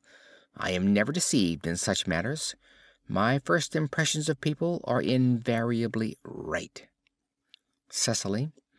It seems to me, Miss Fairfax, that I am trespassing on your valuable time. No doubt you have many other calls of a similar character to make in the neighborhood. Enter Jack. Gwendolen, catching sight of him. Ernest, my own Ernest. Jack. Gwendolen, darling. Offers to kiss her. Gwendolen draws back. A moment. May I ask if you are engaged to be married to this young lady? Points to Cecily. Jack, laughing. To dear little Cecily, of course not. What could have put such an idea into your pretty little head?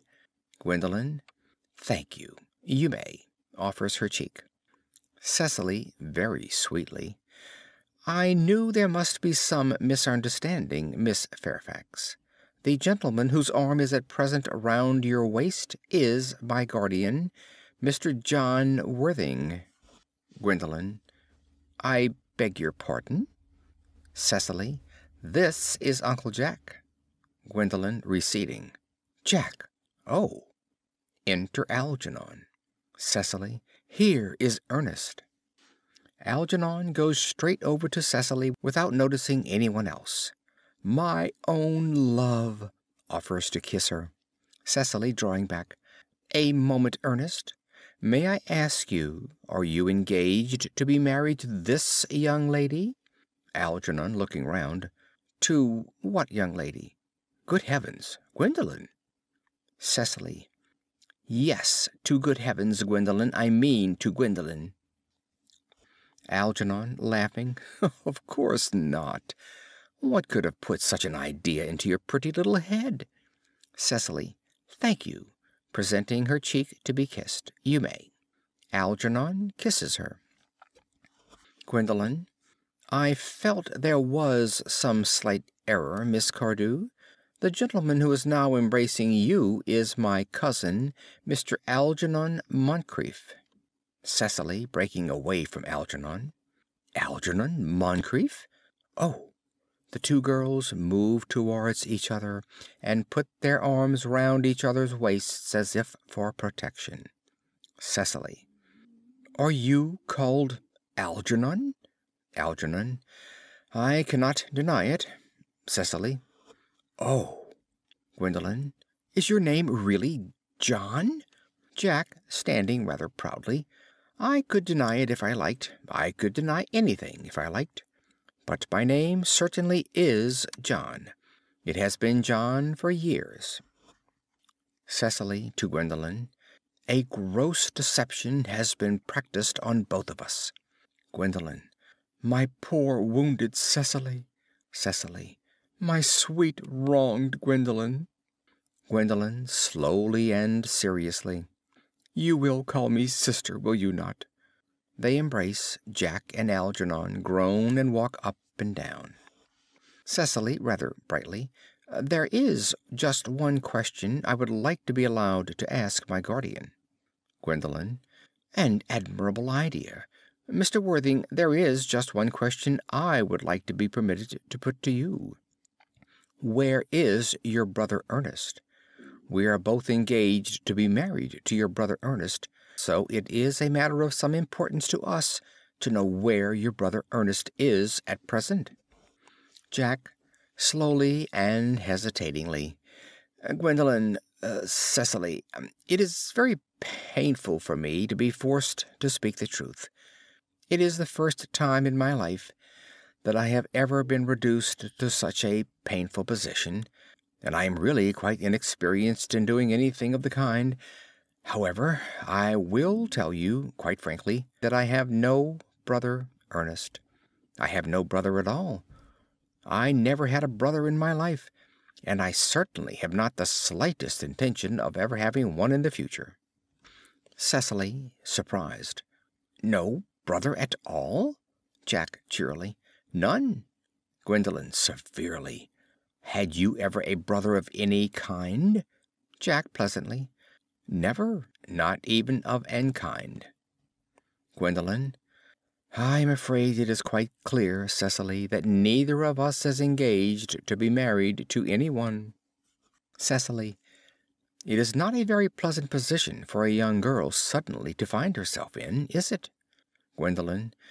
Let us go into the house. They will hardly venture to come after us there. Cecily. No, men are so cowardly, aren't they? They retire into the house with scornful looks. Jack. This ghastly state of things is what you call bunburying, I suppose? Algernon. Yes, and a perfectly wonderful bunbury it is. The most wonderful bunbury I have ever had in my life. Jack. Well, you've no right whatsoever to bunbury here. Algernon. That is absurd. One has a right to bunbury wherever one chooses. Every serious bunburyist knows that. Jack. Serious bunburyist? Good heavens. Algernon. Well, one must be serious about something if one wants to have any amusement in life. I happen to be serious about bunburying. What on earth are you serious about? I haven't got the remotest idea. About everything, I should fancy. You have such an absolutely trivial nature. Jack.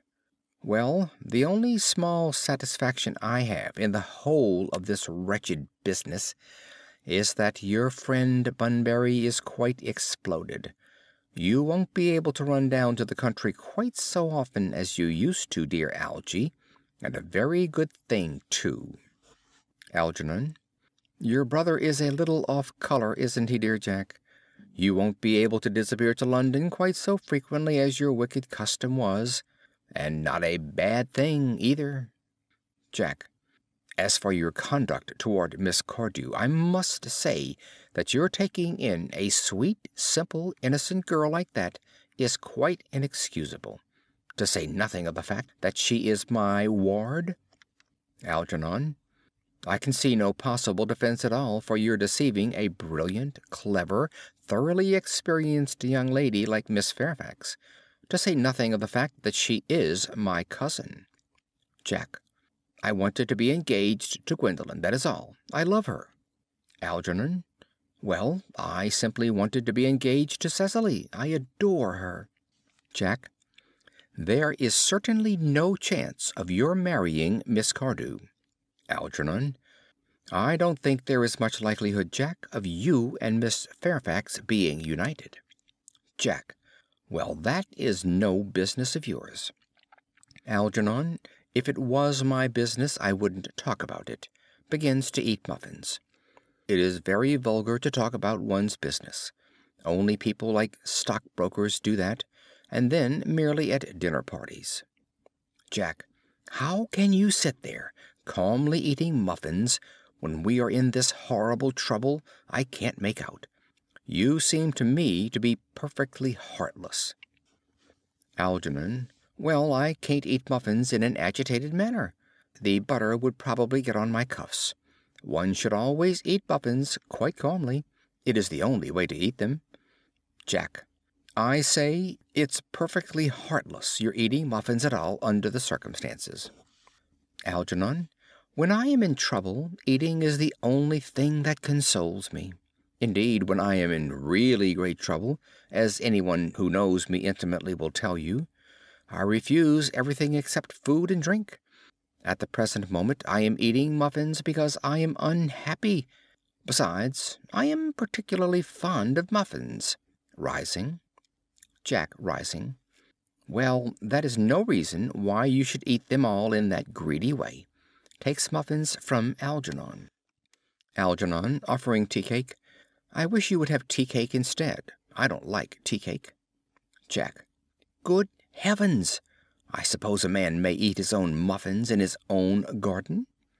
Algernon. But you have just said it was perfectly heartless to eat muffins. Jack.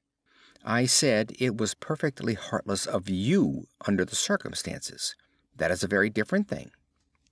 Algernon. That may be, but the muffins are the same. He seizes the muffin dish from Jack. Jack. Algy, I wish to goodness you would go. Algernon. You can't possibly ask me to go without having some dinner. It's absurd. I never go without any dinner. No one ever does, except vegetarians and people like that. Besides, I have just made arrangements with Dr. Chasuble to be christened at 5:45 under the name of Ernest. Jack. My dear fellow, the sooner you give up that nonsense the better. I made arrangements this morning with Dr. Chasuble to be christened myself at 5:30, and I naturally will take the name of Ernest. Gwendolen would wish it. We can't both be christened Ernest. It's absurd. Besides, I have a perfect right to be christened if I like. There is no evidence at all that I have ever been christened by anybody. I should think it extremely probable I never was, and so does Dr. Chasuble. It is entirely different in your case. You have been christened already. Algernon. Yes, but I have not been christened for years. Jack. Yes, but you have been christened. That is the important thing. Algernon. Quite so. So I know my constitution can stand it. If you are not quite sure about your ever having been christened, I must say I think it rather dangerous your venturing on it now. It might make you very unwell. You can hardly have forgotten that someone very closely connected with you was very nearly carried off this week in Paris by a severe chill. Jack. Yes, but you said yourself that a severe chill was not hereditary. Algernon. It usedn't to be, I know, but I dare say it is now. Science is always making wonderful improvements in things. Jack, picking up the muffin dish. Oh, that is nonsense.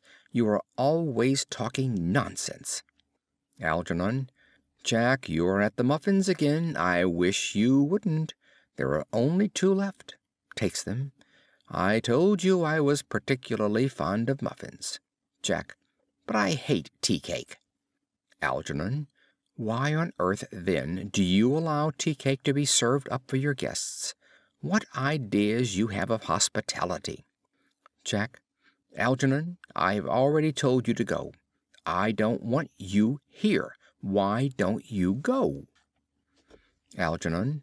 I haven't quite finished my tea yet, and there is still 1 muffin left. Jack groans and sinks into a chair. Algernon still continues eating. End of Act 2.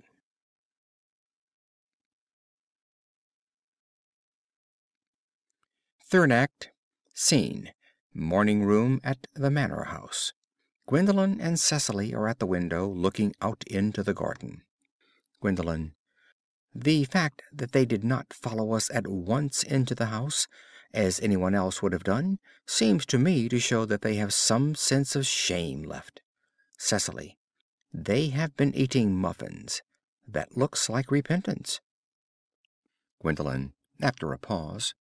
They don't seem to notice us at all. Couldn't you cough? Cecily. But I haven't got a cough. Gwendolen. They're looking at us. What effrontery! Cecily. They're approaching. That's very forward of them. Gwendolen. Let us preserve a dignified silence. Cecily. Certainly. It's the only thing to do now. Enter Jack, followed by Algernon. They whistle some dreadful popular air from a British opera. Gwendolen. This dignified silence seems to produce an unpleasant effect. Cecily. A most distasteful one. Gwendolen. But we will not be the first to speak. Cecily. Certainly not. Gwendolen. Mr. Worthing, I have something very particular to ask you. Much depends on your reply. Cecily. Gwendolen, your common sense is invaluable. Mr. Moncrief, kindly answer me the following question. Why did you pretend to be my guardian's brother? Algernon.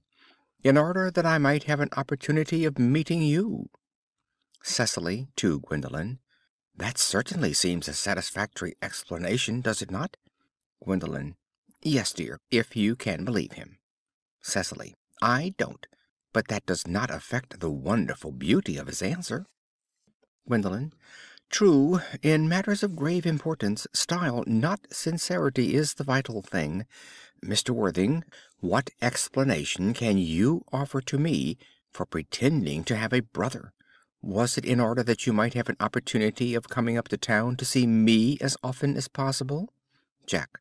Can you doubt it, Miss Fairfax? Gwendolen. I have the gravest doubts upon the subject, but I intend to crush them. This is not the moment for German skepticism. Moving to Cecily. Their explanations appear to be quite satisfactory, especially Mr. Worthing's. That seems to me to have the stamp of truth upon it. Cecily. I am more than content with what Mr. Moncrief has said. His voice alone inspires me with absolute credulity. Gwendolen. Then you think we should forgive them? Cecily. Yes, I mean, no. Gwendolen. True, I had forgotten. There are principles at stake that one cannot surrender. Which of us should tell them? The task is not a pleasant one. Cecily. Could we not both speak at the same time? Gwendolen. An excellent idea. I nearly always speak at the same time as other people. Will you take the time from me? Cecily. Certainly. Gwendolen beats time with uplifted finger. Gwendolen and Cecily speaking together. Your Christian names are still an insuperable barrier. That is all. Jack and Algernon speaking together. Our Christian names. Is that all? But we are going to be christened this afternoon. Gwendolen to Jack. For my sake, you are prepared to do this terrible thing? Jack. I am. Cecily to Algernon. To please me, you are ready to face this fearful ordeal? Algernon. I am. Gwendolen. How absurd to talk of the equality of the sexes. Where questions of self-sacrifice are concerned, men are infinitely beyond us. Jack. We are. Clasps hands with Algernon. Cecily. They have moments of physical courage of which we women know absolutely nothing. Gwendolen to Jack. Darling! Algernon to Cecily. Darling! They fall into each other's arms. Enter Merryman. When he enters, he coughs loudly, seeing the situation. Merryman. Lady Bracknell. Jack. Good heavens! Enter Lady Bracknell. The couples separate in alarm. Exit Merryman. Lady Bracknell. Gwendolen! What does this mean? Gwendolen.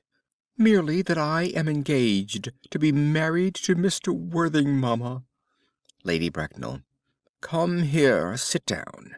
Sit down immediately. Hesitation of any kind is a sign of mental decay in the young, of physical weakness in the old. Turns to Jack. Apprised, sir, of my daughter's sudden flight by her trusty maid, whose confidence I purchased by means of a small coin, I followed her at once by a luggage train. Her unhappy father is, I am glad to say, under the impression that she is attending a more than usually lengthy lecture by the University Extension Scheme on the influence of a permanent income on thought. I do not propose to undeceive him. Indeed, I have never undeceived him on any question. I would consider it wrong. But of course you will clearly understand that all communication between yourself and my daughter must cease immediately from this moment. On this point, as indeed on all points, I am firm. Jack. I am engaged to be married to Gwendolen, Lady Bracknell. Lady Bracknell. You are nothing of the kind, sir. And now, as regards Algernon. Algernon? Algernon. Yes, Aunt Augusta. Lady Bracknell. May I ask if it is in this house that your invalid friend Mr. Bunbury resides? Algernon, stammering. Oh, no. Bunbury doesn't live here. Bunbury is somewhere else at present. In fact, Bunbury is dead. Lady Bracknell. Dead? When did Mr. Bunbury die? His death must have been extremely sudden. Algernon, airily. Oh, I killed Bunbury this afternoon. I mean, poor Bunbury died this afternoon. Lady Bracknell. What did he die of? Algernon. Bunbury? Oh, he was quite exploded. Lady Bracknell. Exploded? Was he the victim of a revolutionary outrage? I was not aware that Mr. Bunbury was interested in social legislation. If so, he is well punished for his morbidity. Algernon. My dear Aunt Augusta, I mean, he was found out. The doctors found out that Bunbury could not live. That is what I mean. So Bunbury died. Lady Bracknell. He seems to have had great confidence in the opinion of his physicians. I am glad, however, that he made up his mind at the last to come to some definite course of action, and acted under proper medical advice. And now that we have finally got rid of this Mr. Bunbury, may I ask, Mr. Worthing, who is that young person whose hand my nephew Algernon is now holding in what seems to me a peculiarly unnecessary manner? Jack. That lady is Miss Cecily Cardew, my ward. Lady Bracknell bows coldly to Cecily. Algernon. I am engaged to be married to Cecily, Aunt Augusta. Lady Bracknell. I beg your pardon. Cecily. Mr. Moncrief and I are engaged to be married, Lady Bracknell. Lady Bracknell, with a shiver, crossing to the sofa and sitting down. I do not know whether there is anything peculiarly exciting in the air of this particular part of Herefordshire, but the number of engagements that goes on seems to me considerably above the proper average that statistics have laid down for our guidance. I think some preliminary inquiry on my part would not be out of place. Mr. Worthing, is Miss Cardew at all connected with any of the larger railway stations in London? I merely desire information. Until yesterday, I had no idea that there were any families or persons whose origin was a terminus. Jack looks perfectly furious, but restrains himself. Jack, in a clear, cold voice. Miss Cardew is the granddaughter of the late Mr. Thomas Cardew of 149 Belgrave Square, S.W., Gervase Park, Dorking, Surrey, and the Sporran, Fifeshire, N.B.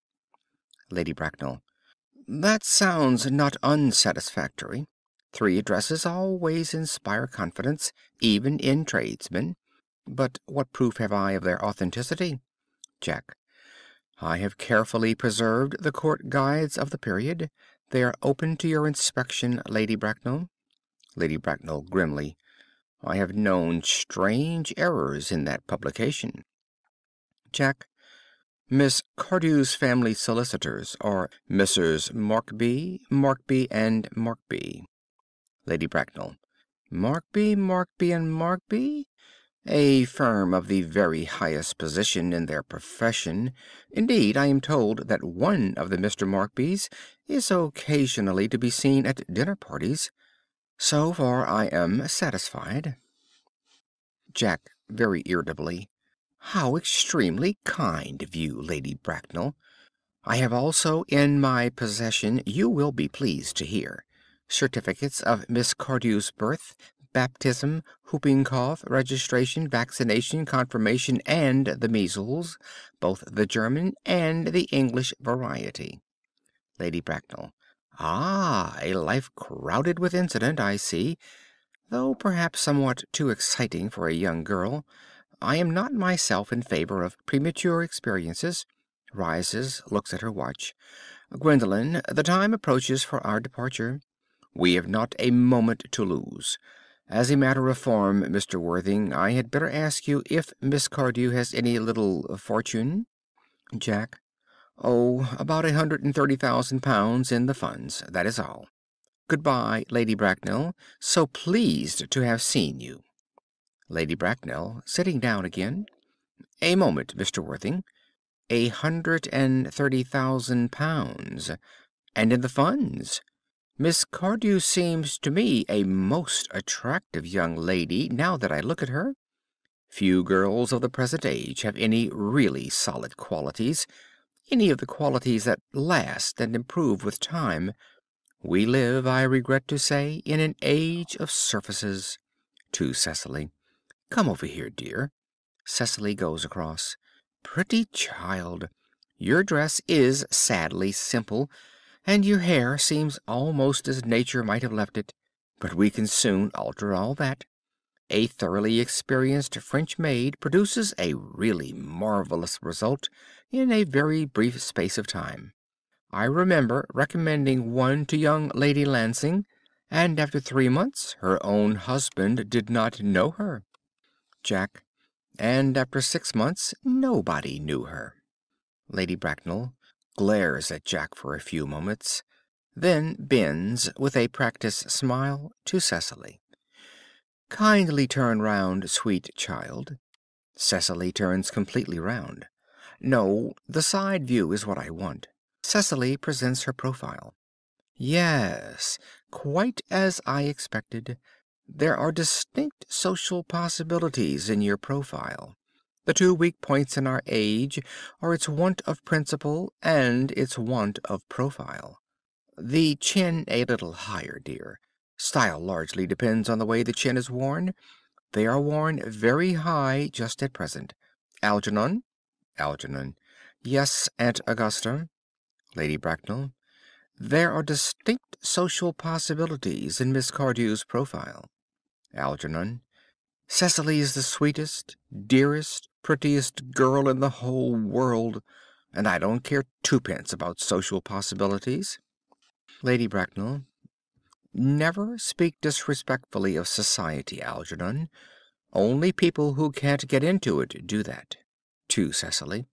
Dear child, of course you know that Algernon has nothing but his debts to depend upon, but I do not approve of mercenary marriages. When I married Lord Bracknell, I had no fortune of any kind, but I never dreamed for a moment of allowing that to stand in my way. Well, I suppose I must give my consent. Algernon. Thank you, Aunt Augusta. Lady Bracknell. Cecily, you may kiss me. Cecily kisses her. Thank you, Lady Bracknell. Lady Bracknell. You may also address me as Aunt Augusta for the future. Cecily. Thank you, Aunt Augusta. Lady Bracknell. The marriage, I think, had better take place quite soon. Algernon. Thank you, Aunt Augusta. Cecily. Thank you, Aunt Augusta. Lady Bracknell. To speak frankly, I am not in favor of long engagements. They give people the opportunity of finding out each other's character before marriage, which I think is never advisable. Jack. I beg your pardon for interrupting you, Lady Bracknell, but this engagement is quite out of the question. I am Miss Cardew's guardian, and she cannot marry without my consent until she comes of age. That consent I absolutely decline to give. Lady Bracknell. Upon what grounds, may I ask? Algernon is an extremely, I may almost say an ostentatiously eligible young man. He has nothing, but he looks everything. What more can one desire? Jack. It pains me very much to have to speak frankly to you, Lady Bracknell, about your nephew, but the fact is that I do not approve at all of his moral character. I suspect him of being untruthful. Algernon and Cecily look at him in indignant amazement. Lady Bracknell. Untruthful? My nephew Algernon? Impossible. He is an Oxonian. Jack. I fear there can be no possible doubt about the matter. This afternoon, during my temporary absence in London on an important question of romance, he obtained admission to my house by means of the false pretense of being my brother. Under an assumed name he drank, I've just been informed by my butler, an entire pint bottle of my Pierre Jouet Brut 89, wine I was specially reserving for myself. Continuing his disgraceful deception, he succeeded in the course of the afternoon in alienating the affections of my only ward. He subsequently stayed to tea and devoured every single muffin, and what makes his conduct all the more heartless is that he was perfectly well aware from the first that I have no brother, that I never had a brother, and that I don't intend to have a brother, not even of any kind. I distinctly told him so myself yesterday afternoon. Lady Bracknell. Mr. Worthing, after careful consideration, I have decided entirely to overlook my nephew's conduct to you. Jack. That is very generous of you, Lady Bracknell. My own decision, however, is unalterable. I decline to give my consent. Lady Bracknell to Cecily. Come here, sweet child. Cecily goes over. How old are you, dear? Cecily. Well, I am really only 18, but I always admit to 20 when I go to evening parties. Lady Bracknell. You are perfectly right in making some slight alteration. Indeed, no woman should ever be quite accurate about her age. It looks so calculating. In a meditative manner. 18, but admitting to 20 at evening parties. Well, it will not be very long before you are of age and free from the restraints of tutelage, so I don't think your guardian's consent is, after all, a matter of any importance. Jack. Pray excuse me, Lady Bracknell, for interrupting you again, but it is only fair to tell you that, according to the terms of her grandfather's will, Miss Cardew does not come legally of age till she is 35. Lady Bracknell. That does not seem to me to be a grave objection. 35 is a very attractive age. London society is full of women of the very highest birth who have, of their own free choice, remained 35 for years. Lady Dumbleton is an instance in point. To my own knowledge, she has been 35 ever since she arrived at the age of 40, which was many years ago now. I see no reason why our dear Cecily should not be even still more attractive at the age you mention than she is at present. There will be a large accumulation of property. Cecily. Algy, could you wait for me till I was 35? Algernon. Of course I could, Cecily. You know I could. Cecily.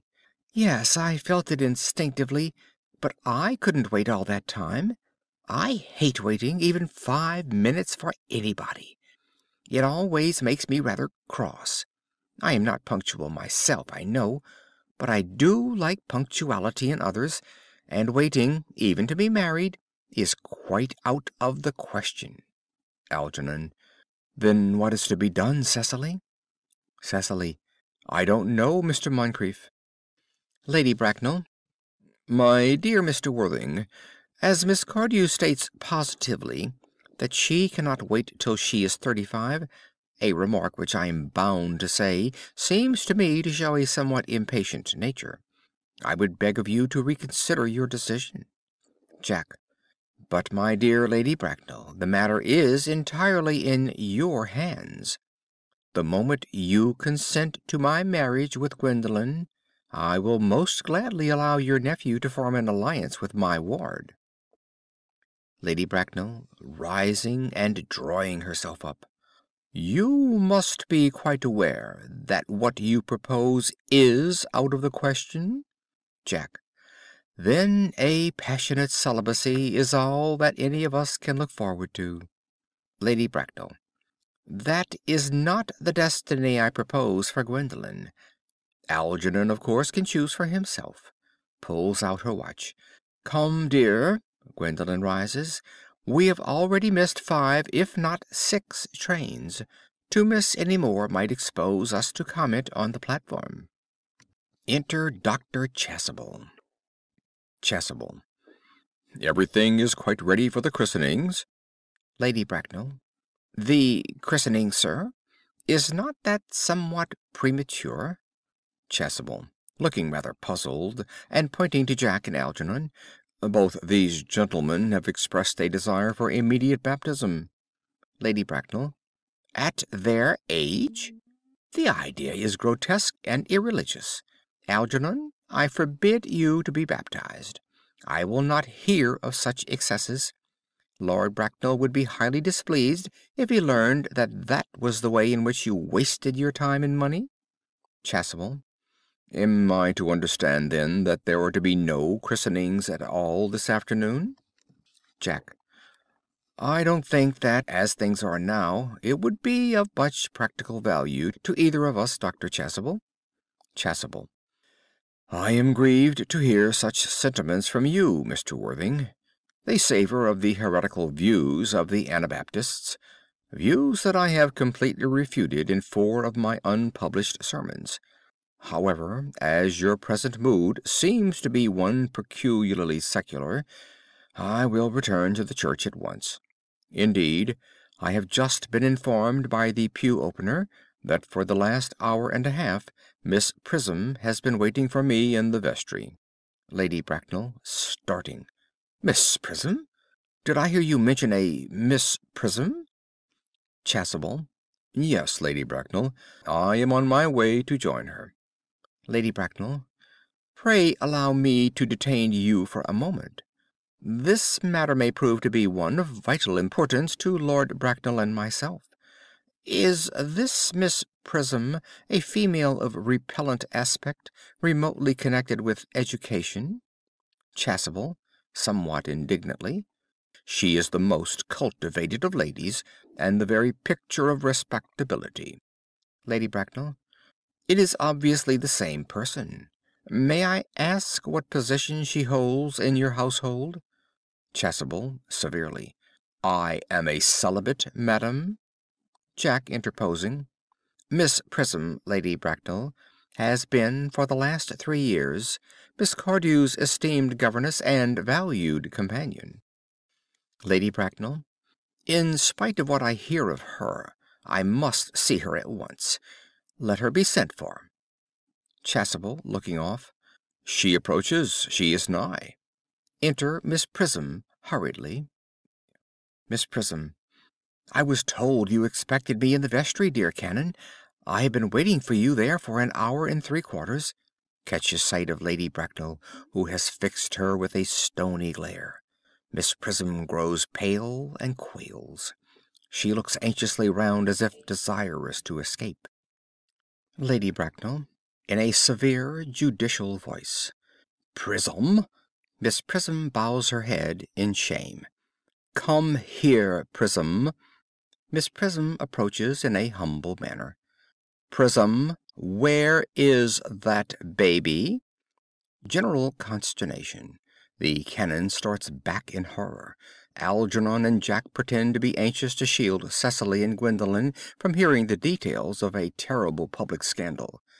28 years ago, Prism, you left Lord Bracknell's house, number 104, Upper Grosvenor Street, in charge of a perambulator that contained a baby of the male sex.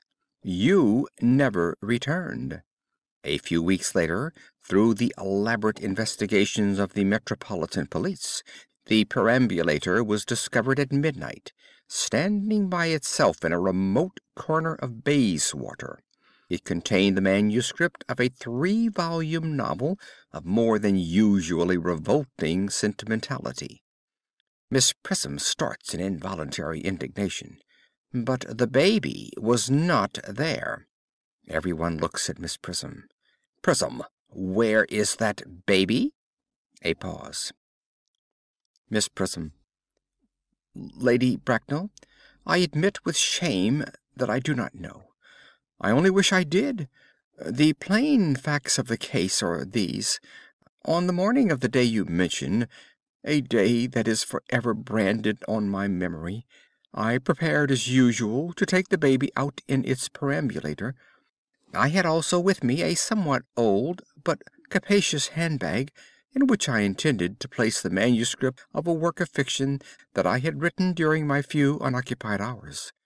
In a moment of mental abstraction, for which I never can forgive myself, I deposited the manuscript in the bassinet, and placed the baby in the handbag. Jack, who has been listening attentively. But where did you deposit the handbag? Miss Prism. Do not ask me, Mr. Worthing. Jack. Miss Prism, this is a matter of no small importance to me. I insist on knowing where you deposited the handbag that contained that infant. Miss Prism. I left it in the cloakroom of one of the larger railway stations in London. Jack. What railway station? Miss Prism, quite crushed. Victoria, the Brighton line. Sinks into a chair. Jack. I must retire to my room for a moment. Gwendolen, wait here for me. Gwendolen. If you are not too long, I will wait here for you all my life. Exit Jack in great excitement. Chasuble. What do you think this means, Lady Bracknell? Lady Bracknell. I dare not even suspect, Dr. Chasuble. I need hardly tell you that in families of high position strange coincidences are not supposed to occur. They are hardly considered the thing. Noise is heard overhead, as if someone was throwing trunks about. Everyone looks up. Cecily. Uncle Jack seems strangely agitated. Chasuble.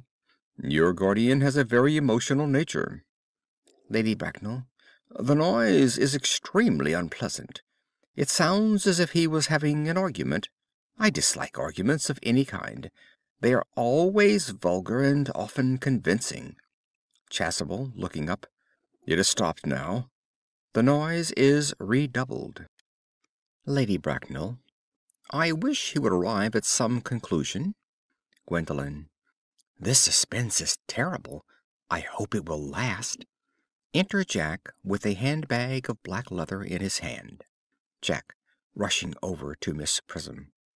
Is this the handbag, Miss Prism? Examine it carefully before you speak. The happiness of more than one life depends on your answer.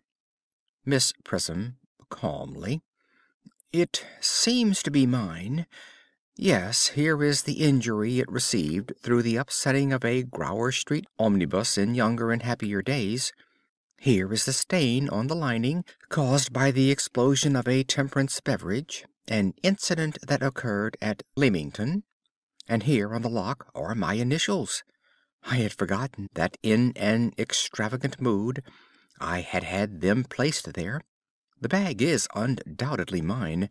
I am delighted to have it so unexpectedly restored to me.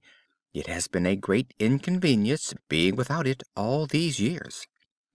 Jack, in a pathetic voice.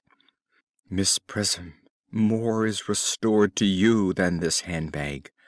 I was the baby you placed in it. Miss Prism, amazed. You? Jack, embracing her. Yes, mother. Miss Prism, recoiling in indignant astonishment. Mr. Worthing, I am unmarried? Jack, unmarried? I do not deny that is a serious blow. But after all, who has the right to cast a stone against one who has suffered? Cannot repentance wipe out an act of folly? Why should there be one law for men and another for women? Mother, I forgive you. Tries to embrace her again. Miss Prism, still more indignant. Mr. Worthing, there is some error. Pointing to Lady Bracknell. There is the lady who can tell you who you really are. Jack, after a pause. Lady Bracknell, I hate to seem inquisitive, but would you kindly inform me who I am? Lady Bracknell. I am afraid that the news I have to give you will not altogether please you. You are the son of my poor sister, Mrs. Moncrief, and, consequently, Algernon's elder brother. Jack. Algy's elder brother? Then I have a brother after all. I knew I had a brother. I always said I had a brother. Cecily, how could you have ever doubted that I had a brother? Seizes hold of Algernon. Dr. Chasuble, my unfortunate brother. Miss Prism, my unfortunate brother. Gwendolen, my unfortunate brother. Algy, you young scoundrel, you will have to treat me with more respect in the future. You have never behaved to me like a brother in all your life. Algernon. Well, not till today, old boy, I admit. I did my best, however, though I was out of practice. Shakes hands. Gwendolen, to Jack. My own! But what own are you? What is your Christian name, now that you have become someone else? Jack. Good heavens! I had quite forgotten that point. Your decision on the subject of my name is irrevocable, I suppose? Gwendolen. I never change except in my affections. Cecily. What a noble nature you have, Gwendolen. Jack. Then the question had better be cleared up at once. Aunt Augusta, a moment. At the time when Miss Prism left me in the handbag, had I been christened already? Lady Bracknell. Every luxury that money could buy, including christening, had been lavished on you by your fond and doting parents. Jack. Then I was christened. That is settled. Now, what name was I given? Let me know the worst. Lady Bracknell. Being the eldest son, you were naturally christened after your father. Jack, irritably. Yes, but what was my father's Christian name? Lady Bracknell, meditatively. I cannot at the moment recall what the General's Christian name was, but I have no doubt he had one. He was eccentric, I admit, but only in later years, and that was the result of the Indian climate, and marriage, and indigestion, and other things of that kind. Jack. Algy, can't you recollect what our father's Christian name was? Algernon. My dear boy, we were never even on speaking terms. He died before I was a year old. Jack. His name would appear in the army lists of the period, I suppose, Aunt Augusta? Lady Bracknell. The general was essentially a man of peace, except in his domestic life, but I have no doubt his name would appear in any military directory. Jack. The army lists of the last 40 years are here. These delightful records should have been my constant study. Rushes to bookcase and tears the books out. Generals. Malum, Maxbaum, Magley. What ghastly names they have. Markby, Migsby, Mobbs, Moncrief. Lieutenant, 1840. Captain, Lieutenant Colonel, Colonel, General, 1869. Christian names, Earnest John. Puts book very quietly down, and speaks quite calmly. I always told you, Gwendolen, my name was Ernest, didn't I? Well, it is Ernest, after all. I mean, it naturally is Ernest. Lady Bracknell. Yes, I remember now that the general was called Ernest. I knew I had some particular reason for disliking the name. Gwendolen. Ernest, my own dear Ernest, I felt from the first that you could have no other name. Jack. Gwendolen, it is a terrible thing for a man to find out suddenly that all his life he has been speaking nothing but the truth. Can you forgive me? Gwendolen. I can, for I feel that you are sure to change. Jack. My own one. Chasuble to Miss Prism. Letitia. Embraces her. Miss Prism, enthusiastically. Frederick, at last. Algernon. Cecily. Embraces her. At last. Jack. Gwendolen. Embraces her. At last. Lady Bracknell. My nephew, you seem to be displaying signs of triviality. Jack. On the contrary, Aunt Augusta, I've now realized for the first time in my life the vital importance of being earnest. End of Act 3. End of The Importance of Being Earnest.